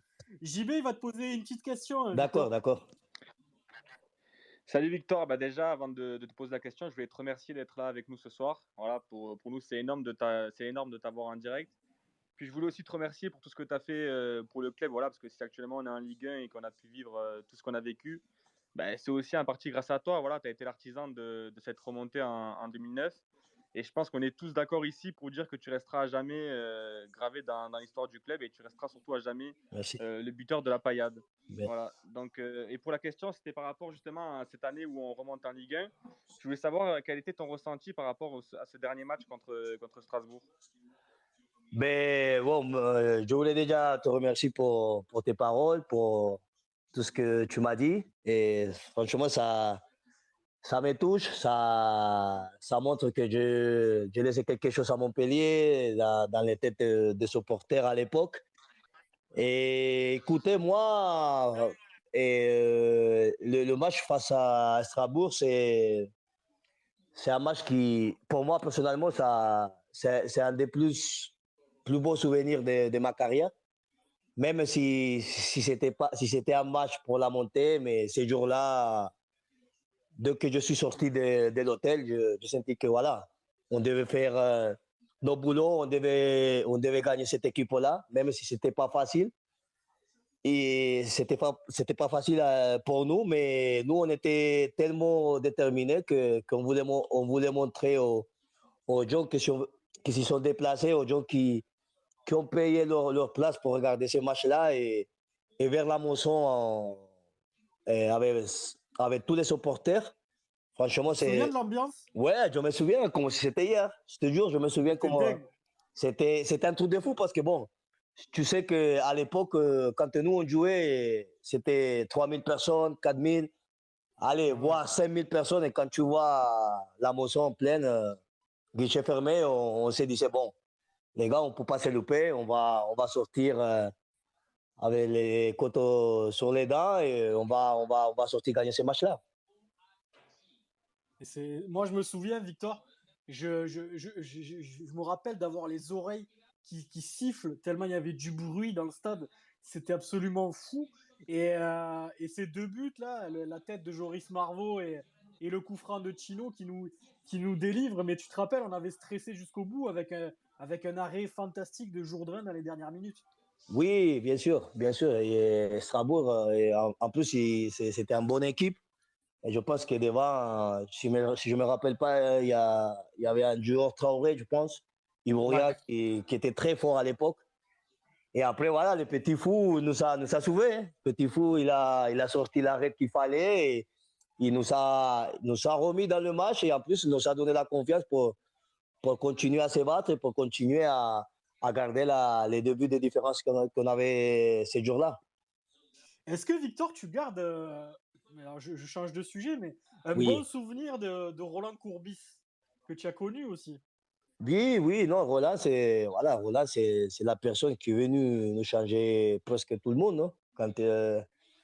Quand il est arrivé, il est venu avec son discours, il est venu avec sa manière de travailler et sa manière de parler. Il nous a donné, si on peut dire, la confiance pour qu'on soit plus serein, pour que, disons que tous les critiques, c'était sur les épaules de lui. Et il nous laissait la tranquillité, la sérénité de s'entraîner bien, de préparer les matchs avec beaucoup, beaucoup de calme.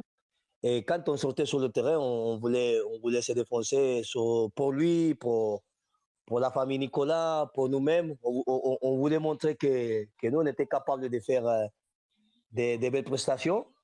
Et Roland aussi, c'est une personne qui m'a beaucoup aidé quand il est venu à Montpellier. Est-ce que Victor, toi aujourd'hui, tu suis encore les résultats de Montpellier? Oui, oui, je suis. C'est dommage que hier, j'ai pas pu regarder le match de Montpellier face à Monaco, mais j'ai revu les images, j'ai revu les buts et franchement, je pense que Ok. c'est une belle victoire, c'est une belle victoire pour Montpellier, pour la suite. C'est ça, on est sixième, on est content. Il y a Yannou qui va te poser une petite question, Victor. D'accord? Alors du coup, merci à toi d'être là ce soir. C'est vraiment un honneur en tant que supporter montpelliérain. Moi, ma question, elle va être très très simple. Tu peux répondre de la façon la plus honnête possible. Je veux vraiment ton Oui. ressenti. En tant que joueur professionnel, ça fait quoi d'avoir un chant à son nom?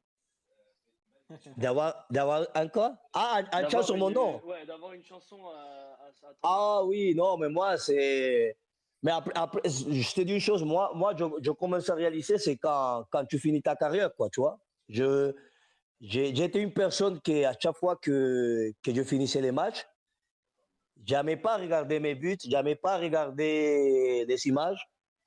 Et à chaque fois qu'il y avait la séance vidéo au club, c'est là où je me voyais, je me disais, oh, quand même, putain, je suis capable de faire des bons trucs, quoi. Je suis capable de marquer des beaux buts, je suis capable de faire je sais pas, des traversades, de faire des petits ponts, de faire des choses que normalement, quand tu commences à être professionnel, tu doutes un peu à le faire.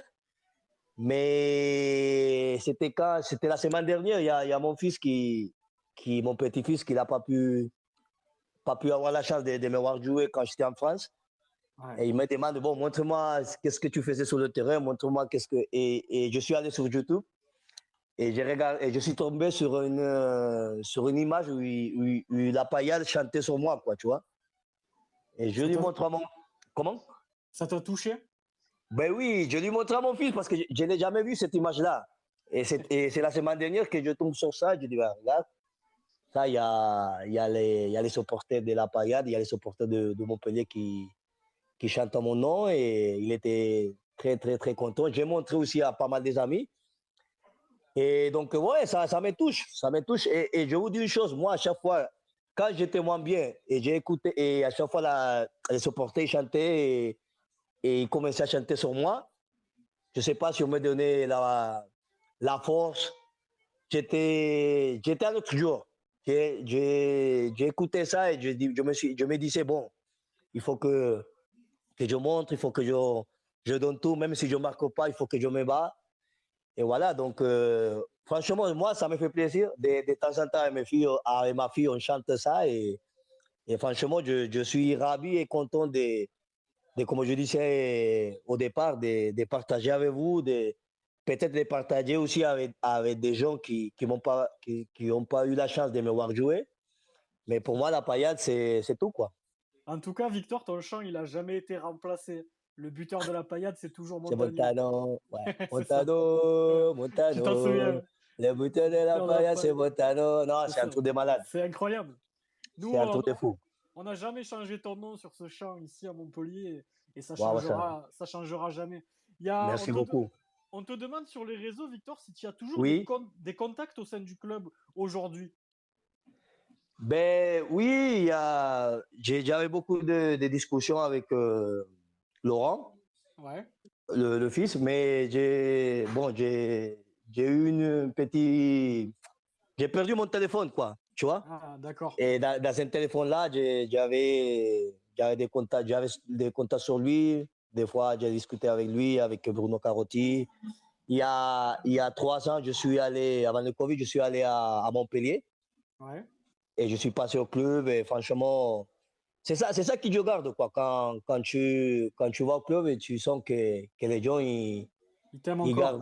voilà, ils gardent de beaux souvenirs. J'ai vu à cette époque-là le petit Soulé, bon, pas le petit Papa Soulé, et Hilton, et voir ce qu'ils ont fait à Montpellier, franchement, Hilton et Soulé, moi je dis chapeau, quoi, parce que c'est des gens qui, qui ont mérite. toujours été. Ouais, qui méritent. Voilà, franchement, ces gens-là, ils méritent. Ils étaient professionnels tout le temps et ils donnaient tout. Quand ils jouaient, ils donnaient tout pour rendre heureux déjà les supporters et les gens qui allaient au match les voir jouer, quoi.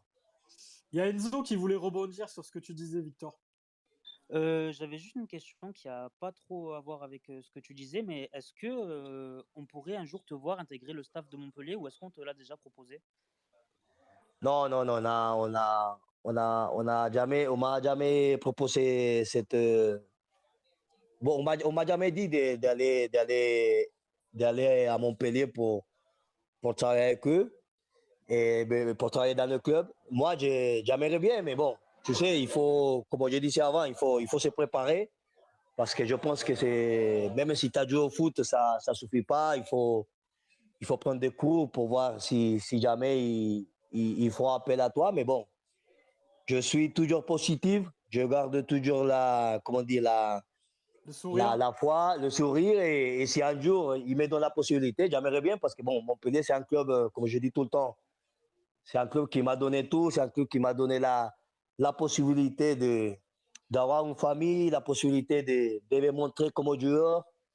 Ils ont vu à moi que j'étais capable de m'intégrer, j'étais capable d'être un citoyen de plus pour eux. Et voilà, donc j'espère, si jamais un jour ça arrive, pourquoi pas le prendre avec plaisir et réapporter à Montpellier ce qu'ils m'ont donné quand j'étais footballeur.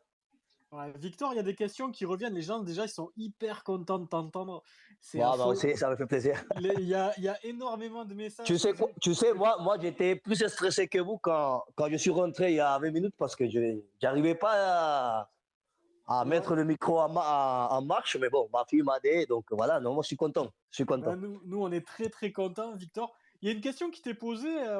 Est-ce que tu gardes un bon souvenir de ton petit passage au Stade Rennais? Oui, oui, bien sûr. Moi, si tu veux, je garde des bons souvenirs dès que je suis arrivé en France, tu vois. Et dans les 3 clubs que j'ai joué, les 3 clubs m'ont laissé des beaux souvenirs, des mauvais souvenirs. Et quand je suis arrivé à Rennes, bien sûr, je suis arrivé dans un club un peu différent par rapport à Montpellier. Déjà, il n'y avait pas le soleil. Et donc, je me suis dit, ouais, il faut que je m'adapte aussi à ça. Mais dès que quand je suis commencé à entraîner, quand je suis commencé à jouer des matchs, je voulais leur montrer que j'avais quand même ma place aussi dans cette équipe-là parce qu'il y avait quand même des bons joueurs. Et je pense que mes beaux souvenirs, c'est quand on a fait déjà les barrages de l'Europa League et quand on entrait à la phase des poules, quoi. Ouais. Victor, on te demande, tu as quitté Montpellier en 2010 pour Rennes. En 2012, Montpellier devient champion de France. Oui. Quel regard avais-tu sur Montpellier alors que tu n'étais plus chez nous à ce moment-là? Ben écoutez, moi, le regard, franchement, j'étais très, très, très content de l'évolution de cette équipe-là. Cette équipe-là jouait très, très bien. J'ai eu la chance de jouer le premier match de cette année quand ils ont été champions de France à la maison. Ouais. Vous nous avez mis, je pense, 4-0, si je ne me rappelle plus. Ouais, je pense 4-0. Et moi, je me suis dit, merde, pourquoi j'ai quitté Montpellier? Et après, quand on a fait le match retour, je pense que j'ai joué 15 minutes de la deuxième mi-temps de ce match-là. Et non, moi j'étais content. Mais après, je me suis dit, ouais, pourquoi je ne sais pas, hein, c'est des questions que je me posais à l'époque. Ouais. Je me suis dit, si je devais rester, est-ce qu'on devait être champion ou pas? Mais Ça, après, voilà, ouais, ça, on peut pas savoir, mais en tout cas, j'étais très content parce que cette équipe-là jouait très bien. Cette équipe-là, ils se sont renforcés avec des très bons joueurs et à la fin, c'est eux qui ont été champions et ils ont fait un très, très, très bon championnat cette année-là. Il y a Romain qui voulait te poser une petite question, Victor. Vas-y, Romain. Ouais, salut. Bah, déjà, merci d'être là. Bonjour. Ça fait plaisir, plaisir énormément. C'est là, tu parles avec le cœur et ben, nous, on te dit juste qu'on t'aime ici et franchement, Merci trop bon beaucoup. de t'avoir. Et je rebondis sur une question du hashtag. C'est Quentin qui demande si tu peux nous raconter comment tu rebondis de Istres à Montpellier. Eh ben, écoute, moi, quand je suis arrivé à Istres, moi, je venais de faire la Coupe du Monde avec l'équipe nationale de moins de 20 ans. Et j'ai été repéré par un agent qui m'a demandé de venir jouer en France. Au départ, moi, je devais aller à Nantes, mais on n'a pas pu le faire. Et après, il m'a dit, bon, il y a une petite équipe qui va monter, il s'appelle Istres, tu peux aller te montrer là-bas, jouer. Et bon, moi, je fais, disons, mes prestations à Istres. On descend en Ligue 2. Il y avait le coach Jean-François Domer qui m'a vu jouer pas mal de fois. Et nous quand j'étais à Istres, on n'avait pas le terrain, tu vois, notre terrain à Istres n'était pas, je sais pas si on dit ça en français, homologué pour jouer, Si, tu vois. Oui, ouais. Et nous, on jouait à Nîmes. D'accord. Et donc, il y a le coach Jean-François Domer qui a demandé à mon agent, bon, Victor, est-ce qu'il y a la possibilité qu'il vienne à Montpellier? Il m'a vu jouer et c'est pour ça que je suis arrivé à Montpellier l'année d'après. D'accord. Du coup, c'est grâce à Jean-François Domergue. À Jean-François Domer, ouais, si on peut dire ça, oui. D'accord. Il y a beaucoup de questions, Victor, qui nous sont posées. J'imagine, oui. Il y en a beaucoup qui ont des frissons, du coup, rien que le fait de t'entendre, c'est dingue. Que penses-tu, toi, Victor, de la saison qu'avait fait Olivier Giroud en 2012 à Montpellier? À Montpellier. Non, mais c'était une. Ben, tu sais quoi, moi Olivier Giroud, on avait joué face à lui, je pense qu'en Ligue 2, je pense qu'il était à Niort, si je ne me rappelle plus. Je ne sais pas si c'était Niort ou Grenoble, en 2-2. À Grenoble. À Grenoble, ouais. Et moi, on l'avait. Bon, avec Montpellier, on avait joué face à lui. Et quand je l'ai vu jouer, je me suis dit, c'est bon, si c'est les mêmes joueurs, c'est quand même un bon pari pour Montpellier. Mais bon, après la saison qu'il fait, c'est la deuxième saison où il explose, non? Ou c'est la première? La première, il met 14 buts quand même, toute compétition. Bah, quand même. Ouais. Non, mais moi, je me suis dit, c'est un joueur qui tombait très, très bien sur Montpellier et qui a donné quand même aussi beaucoup de joie et il est quand même resté sur l'histoire du club, quoi. Donc, je pense que à cette époque-là, c'était un joueur qui convenait très bien à l'équipe. Ouais, c'est un joueur qui nous a fait beaucoup de bien. Est-ce que tu te serais vu, toi, Victor, t'associer à Olivier en attaque? Est-ce que c'est un profil qui aurait pu te correspondre pour jouer à deux attaquants? Oui, oui, oui. Bon, ben, moi, je vais vous raconter une petite histoire que j'ai eue là avant de quitter Montpellier pour Rennes. Ouais, Parce que, bon, au départ, tu sais, moi, quand je suis commencé à Montpellier, moi, je n'étais pas un attaquant. Si vous vous rappelez pas, on va dire les plus vieux, quoi. Si vous vous rappelez, moi, quand je suis commencé à Montpellier, moi, j'étais un attaquant, mais sur le côté, quoi. Je jouais sur le côté droit. ouais, J'étais pas un attaquant as, quoi, tu vois.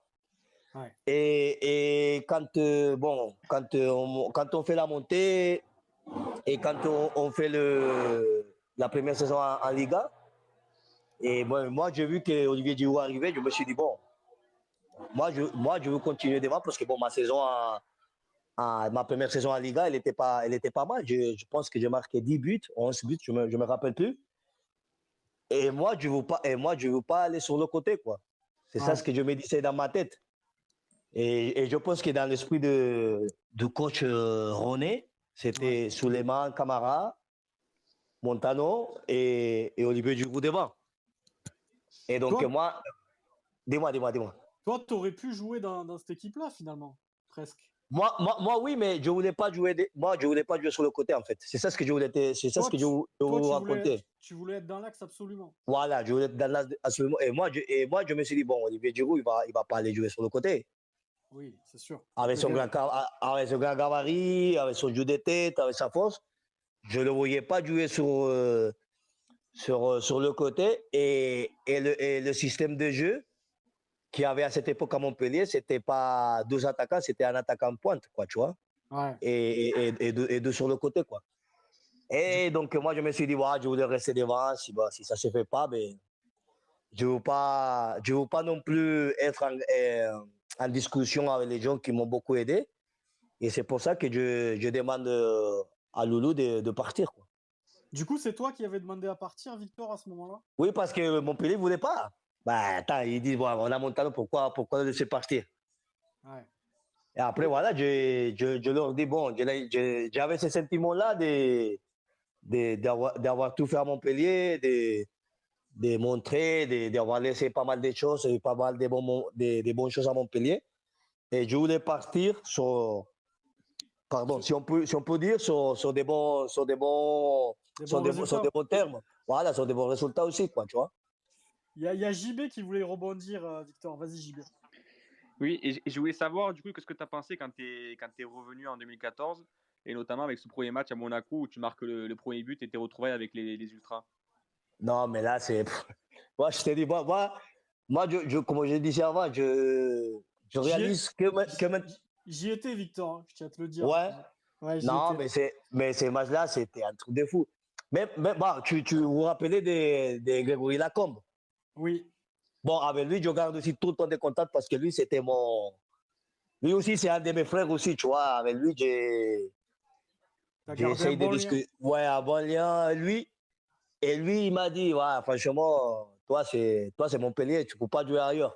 Parce que ces jours-là, je pense que je ne sais pas si c'était mon premier match, mais j'ai touché ma 12e, 3e balle et je l'avais au fond. Même si ces jours-là, on a perdu, mais les retrouvailles avec la paille, c'était. Moi, je me suis dit, waouh, je commence à retrouver un peu, si on peut dire ça, hein, en respectant tout le monde, ce qui me manquait, tu vois. J'avais besoin de ça. Quel joueur t'a le plus marqué à Montpellier, Victor? Par son À talent, Montpellier, par son talent, moi, par son... moi, je vais te dire une chose. Moi, quand j'ai vu Aïfana, Ouais. moi, je me rappelle, on avait fait le stage de préparation. Et je vois un petit maigre, son cheveu mal coiffé. Je dis, mais c'est quoi ce joueur? Non, mais moi, je me disais dans ma tête, tu vois, je ne le disais pas à haute voix, tu vois. Je dis, mais c'est quoi ce joueur? C'est pas possible qu'il vienne intégrer l'équipe pro, quoi, tu vois. Dès qu'on a fait la première séance d'entraînement avec le ballon, je me suis dit, voilà, ce petit-là, il a du talent. Lui, franchement, le petit Kabela et Belanda. Il y avait des bons joueurs, des bons jeunes. Hein. Non, il y avait des très bons jeunes. Saï, à l'époque, Saï, quand il a commencé à jouer, techniquement, il était très à l'aise. Et après, derrière eux, il y avait les Stambouli, les Jonathan Martin, il y avait les. Bon, il y a des noms que j'échappe, quoi, tu vois. Ouais, bien sûr. Mais c'est vrai que Aifana, franchement, ce petit, Il t'a choqué. il m'a surpris. Il m'a choqué parce que quand je l'ai vu, je me suis dit, bon, tu vois, les autres joueurs, c'était bien formés, tu vois, avec la musculature et tout, et Aifana, il était tout maigre, quoi, mais va lui prendre le ballon, lui. C'était difficile. Il y a Romain, peut-être. Tu voulais poser une question, Romain? Non, pas spécialement là, comme ça, qui me vient, non. Haït Fana, il avait cette technique, Victor, mais est-ce que finalement, ton meilleur souvenir, c'est pas ton association avec Tino? Oui, non, avec Tino, Nous, on en c'était. garde un souvenir Oui. mémorable. C'est mémorable. Lesquels? Vous en gardez. Non, non, avec Tino, tu sais, moi, avec Tino, des fois, mais comme Tino, il parlait aussi français, et nous, des fois, on voulait rigoler, on voulait chambrer, et on parlait tout le temps en espagnol, tu vois. Vous vous entendiez bien sur le terrain. Ouais, et il y avait les joueurs qui disaient, mais qu'est-ce qu'il raconte, qu'est-ce qu'il s'en parle, qu'est-ce qu'il. Et moi, je vais te raconter une anecdote. Même moi, un jour, il y avait un arbitre qui parlait très, très bien espagnol. Ouais. Et on avait joué, je me rappelle, c'était Montpellier 10 à la maison. Et on m'avait mis en tacle et l'arbitre l'a pas sifflé. Et j'ai commencé à l'insulter en espagnol. Je disais nanani, nanani, nanana. Et après l'arbitre, il est allé voir le capitaine, je crois que c'était. Nenad, peut-être? Non? Ouais, Nenad. Il est allé voir Nenad, il lui a dit, dis-lui à Montano que la prochaine fois qu'il m'insulte en espagnol, il va aller prendre les douches. il avait tout compris ce que je lui avais dit. Victor, Non, oui, dis-moi. qu'est-ce qu'on peut te souhaiter pour la suite de ta carrière, même si en ce moment tu profites un petit peu en famille? Non, moi, ce que vous pouvez me souhaiter, c'est la santé, parce qu'en ce moment, la santé, c'est le plus important. Et non, pourquoi pas un jour, je sais qu'un jour, je rêve. Je rêve d'aller à Montpellier, d'aller voir un match. Une chose que j'ai pas pu faire, tu vois, et moi, je l'avais toujours en tête, d'aller voir un match avec les supporters de la Paillette. À la butte? Voilà, but, 90 minutes, je m'en fous. Moi, je vais là-bas, on prend, si c'est possible, une petite bière tranquille, on prend des frites, des sandwichs, peu importe, et on va supporter ces joueurs qui sont encore à Montpellier, quoi, tu vois. Bon, en tout cas, Mais, l'invitation est lancée, Victor. Ouais, attention, quand tu ouais, viendras. t'inquiète, moi, dès que je reviens, je dis, allez les gars, on se voit où, on voit le coup avant match où, et on y va, on fonce, il n'y a Moi, pas de je vais problème. plus te lâcher après, je vais te suivre de partout, tu vas aller. Non, mais moi quand je pense que quand moi je dis une chose, et si je peux le faire, moi, il y a pas de problème. Ben, franchement, pour nous, ça serait un immense plaisir, Victor, si tu viens un jour à Montpellier, tu nous contactes. Et je pense Sans problème. on sera tous ravis de t'avoir. On va te laisser, Victor. Merci beaucoup. Oh, merci, franchement. Merci, immense merci à toi, Victor. Vraiment, ça nous a fait plaisir de t'avoir ce soir. Tu es toujours dans nos cœurs à tous ici à Montpellier. Merci. Et ça bougera jamais. Tu es dans nos cœurs, tu es gravé à vie. Victor Hugo Montagno, le seul et unique buteur de la Paillette, c'est toi. Et puis voilà, Merci, Victor, merci. Immense Merci à vous. toi. Merci à vous pour cette invitation-là. Et franchement, ça m'a fait plaisir de partager avec vous, d'en discuter. Ça montre aussi que j'ai pas beaucoup perdu mon français, donc c'est déjà pas mal. Et merci beaucoup pour cette invitation-là. Merci, Victor. Immense merci à toi. Allez, bonne soirée à tous. Merci. Allez, la Victor. paillade. Bonne soirée, merci. Bonne soirée, Victor, merci. Ciao, ciao. Les gars, ça va être le mot de la fin. Quel plaisir d'écouter Victor. C'était. J'en ai les frissons. Je m'en remets pas. Mais j'arrive pas à m'en remettre. Là, c'est fou. Quelle sincérité, les gars. Ah, tu sens que le mec, il a toujours gardé Montpellier dans son cœur et c'est limite lui qui représente le mieux le Montpellier héros. Mais C'est ouais, le incroyable. mec, C'est il clair. respire la paillade, quoi. C'est incroyable. Il a le club dans les tripes, c'est dingue. Je, je suis vraiment choqué, vraiment, ça m'a mis les frissons tout le long, perso, d'avoir Montagno, les gars. J'espère que ça vous aura tous fait plaisir. Je vais faire un petit tour comme d'hab pour remercier tout le monde. Rida, mon frérot qui est là, Big Neo, Esprit Payade qui nous écoute. Il y a eu Ale Payade aussi qui était là, Antoine, Maxime, Giroud, Aurélie, Don Savanier, mon pote Lionel, Ristich Lagrinta, Sazi, Papayade, Christo. C'est grâce à Christo que Montagno était là, les gars, donc on peut le remercier. C'est lui qui l'a invité. Merci, Christo. Gauthier, Ben, Flo, Hérisson, Donny, mon frérot qui est là, Jambras, en roue libre, Flo qui est là, Xavier, Antoine, Jocelyn, Atlantis aussi qui est là, Antoine, Xavier, King Spaich, vous êtes encore très très nombreux. Aïtfada, le frérot qui est là aussi, qui nous régale avec des montages. Merci les gars, PK Prono, Kevin aussi qui est là. Vous êtes tellement encore nombreux les gars, Olivier. Merci à tous les gars d'avoir été là. Il y a Latèche 34, Axel, Noah, Joris, Clément. Merci les potes de nous avoir écoutés. C'était une émission. On a raté notre premier invité malheureusement qui viendra peut-être la semaine prochaine. On va voir avec lui. Mais en tout cas, quel plaisir d'avoir écouté Victor. Il y a encore du monde. Loïc, Milo, Guigui, Lucas. Merci les gars de nous écouter. Vous avez encore été hyper nombreux ce soir les gars. Merci. Merci à vous. On se retrouvera lundi prochain pour débriefer le match de Coupe de France contre l'OM. Je vais remercier mes fraudes. Je vais commencer par Enzo. Merci mon Enzo d'avoir été là. Tu as été très bon ce soir. Merci les gars, et en tout cas c'était un plaisir d'avoir Victor Hugo Montagno ce soir, et merci à vous tous d'être toujours aussi nombreux à nous écouter. Par contre, je voulais juste rajouter un truc par rapport à Khalil Fayad, parce que j'ai parlé avec lui là il y a 10 minutes, Ouais. et il voulait que je mette quelque chose au clair, et j'en profite qu'il y a pas mal de monde qui nous écoute encore. Tu peux y aller. Alors, faut savoir en fait que tous les articles qui sont sortis sur lui et sur sa famille sont complètement faux. Voilà, Khalil, c'est un vrai Montpellierin et il rêve que de jouer à Montpellier. C'est sa vraie volonté. Et sa famille, c'est pareil. En tout cas, il fait tout, il se bat tous les jours pour signer pro chez nous.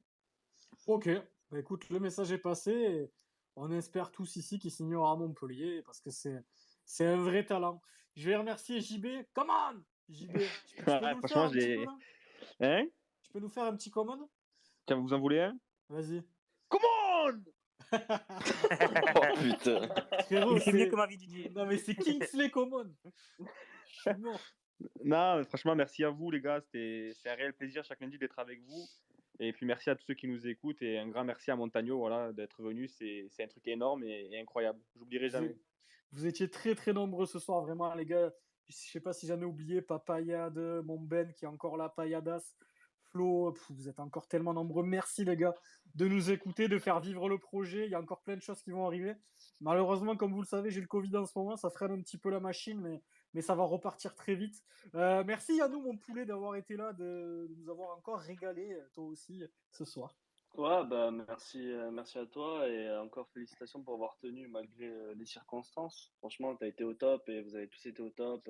Victor Hugo Montagno a été au top. Merci Christo pour avoir fait les démarches. Franchement, ça a été incroyable. J'en garderai des souvenirs fabuleux. Pareil, tout pareil. Merci Romain d'avoir été là. Bah écoutez, merci les gars, merci tout le monde. Parce que là, grâce à cette petite communauté là, bah, écoutez, on se régale tous les lundis. Et puis là voilà, comme il dit Yannou, j'ai un souvenir de fou quoi. Moi, c'est comme beaucoup, c'est une idole de jeunesse, donc t'imagines le truc. Et on peut vivre des trucs comme ça grâce au Space. Donc franchement, merci les gars, merci tout le monde, vraiment. Du coup, Zidane sera l'invité lundi prochain. Non, on verra ça plus tard.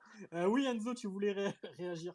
Ouais, j'en profite que tu parlais de Christo pour mettre un truc au clair. Franchement, Christo, il fait un boulot énorme pour nous et on le remercie tous. La plupart des invités qu'on a, c'est lui qui se bat aussi avec nous pour nous les décocter. Et franchement, merci infiniment, Poulet. Tu fais beaucoup, beaucoup pour nous et c'est un régal en tout cas. Ouais, moi, C'est vrai, Christo, c'est vrai. je vais pas être original parce que c'est mon frère, mais également dans la vraie vie. Et il job pour nous, il prend du temps, il envoie des messages, des mails. Enfin, il se bouge avec nous et c'est vraiment un vrai frère. Et merci pour tout ce que tu fais, pour le projet. Tu nous aides H24 et Et franchement, on peut que t'en remercier. Il fait partie de l'équipe Et aussi, on peut dire. voilà, il fait Ah, mais quelque clairement. part partie de l'équipe, ouais, c'est clair. Merci à tous les gars de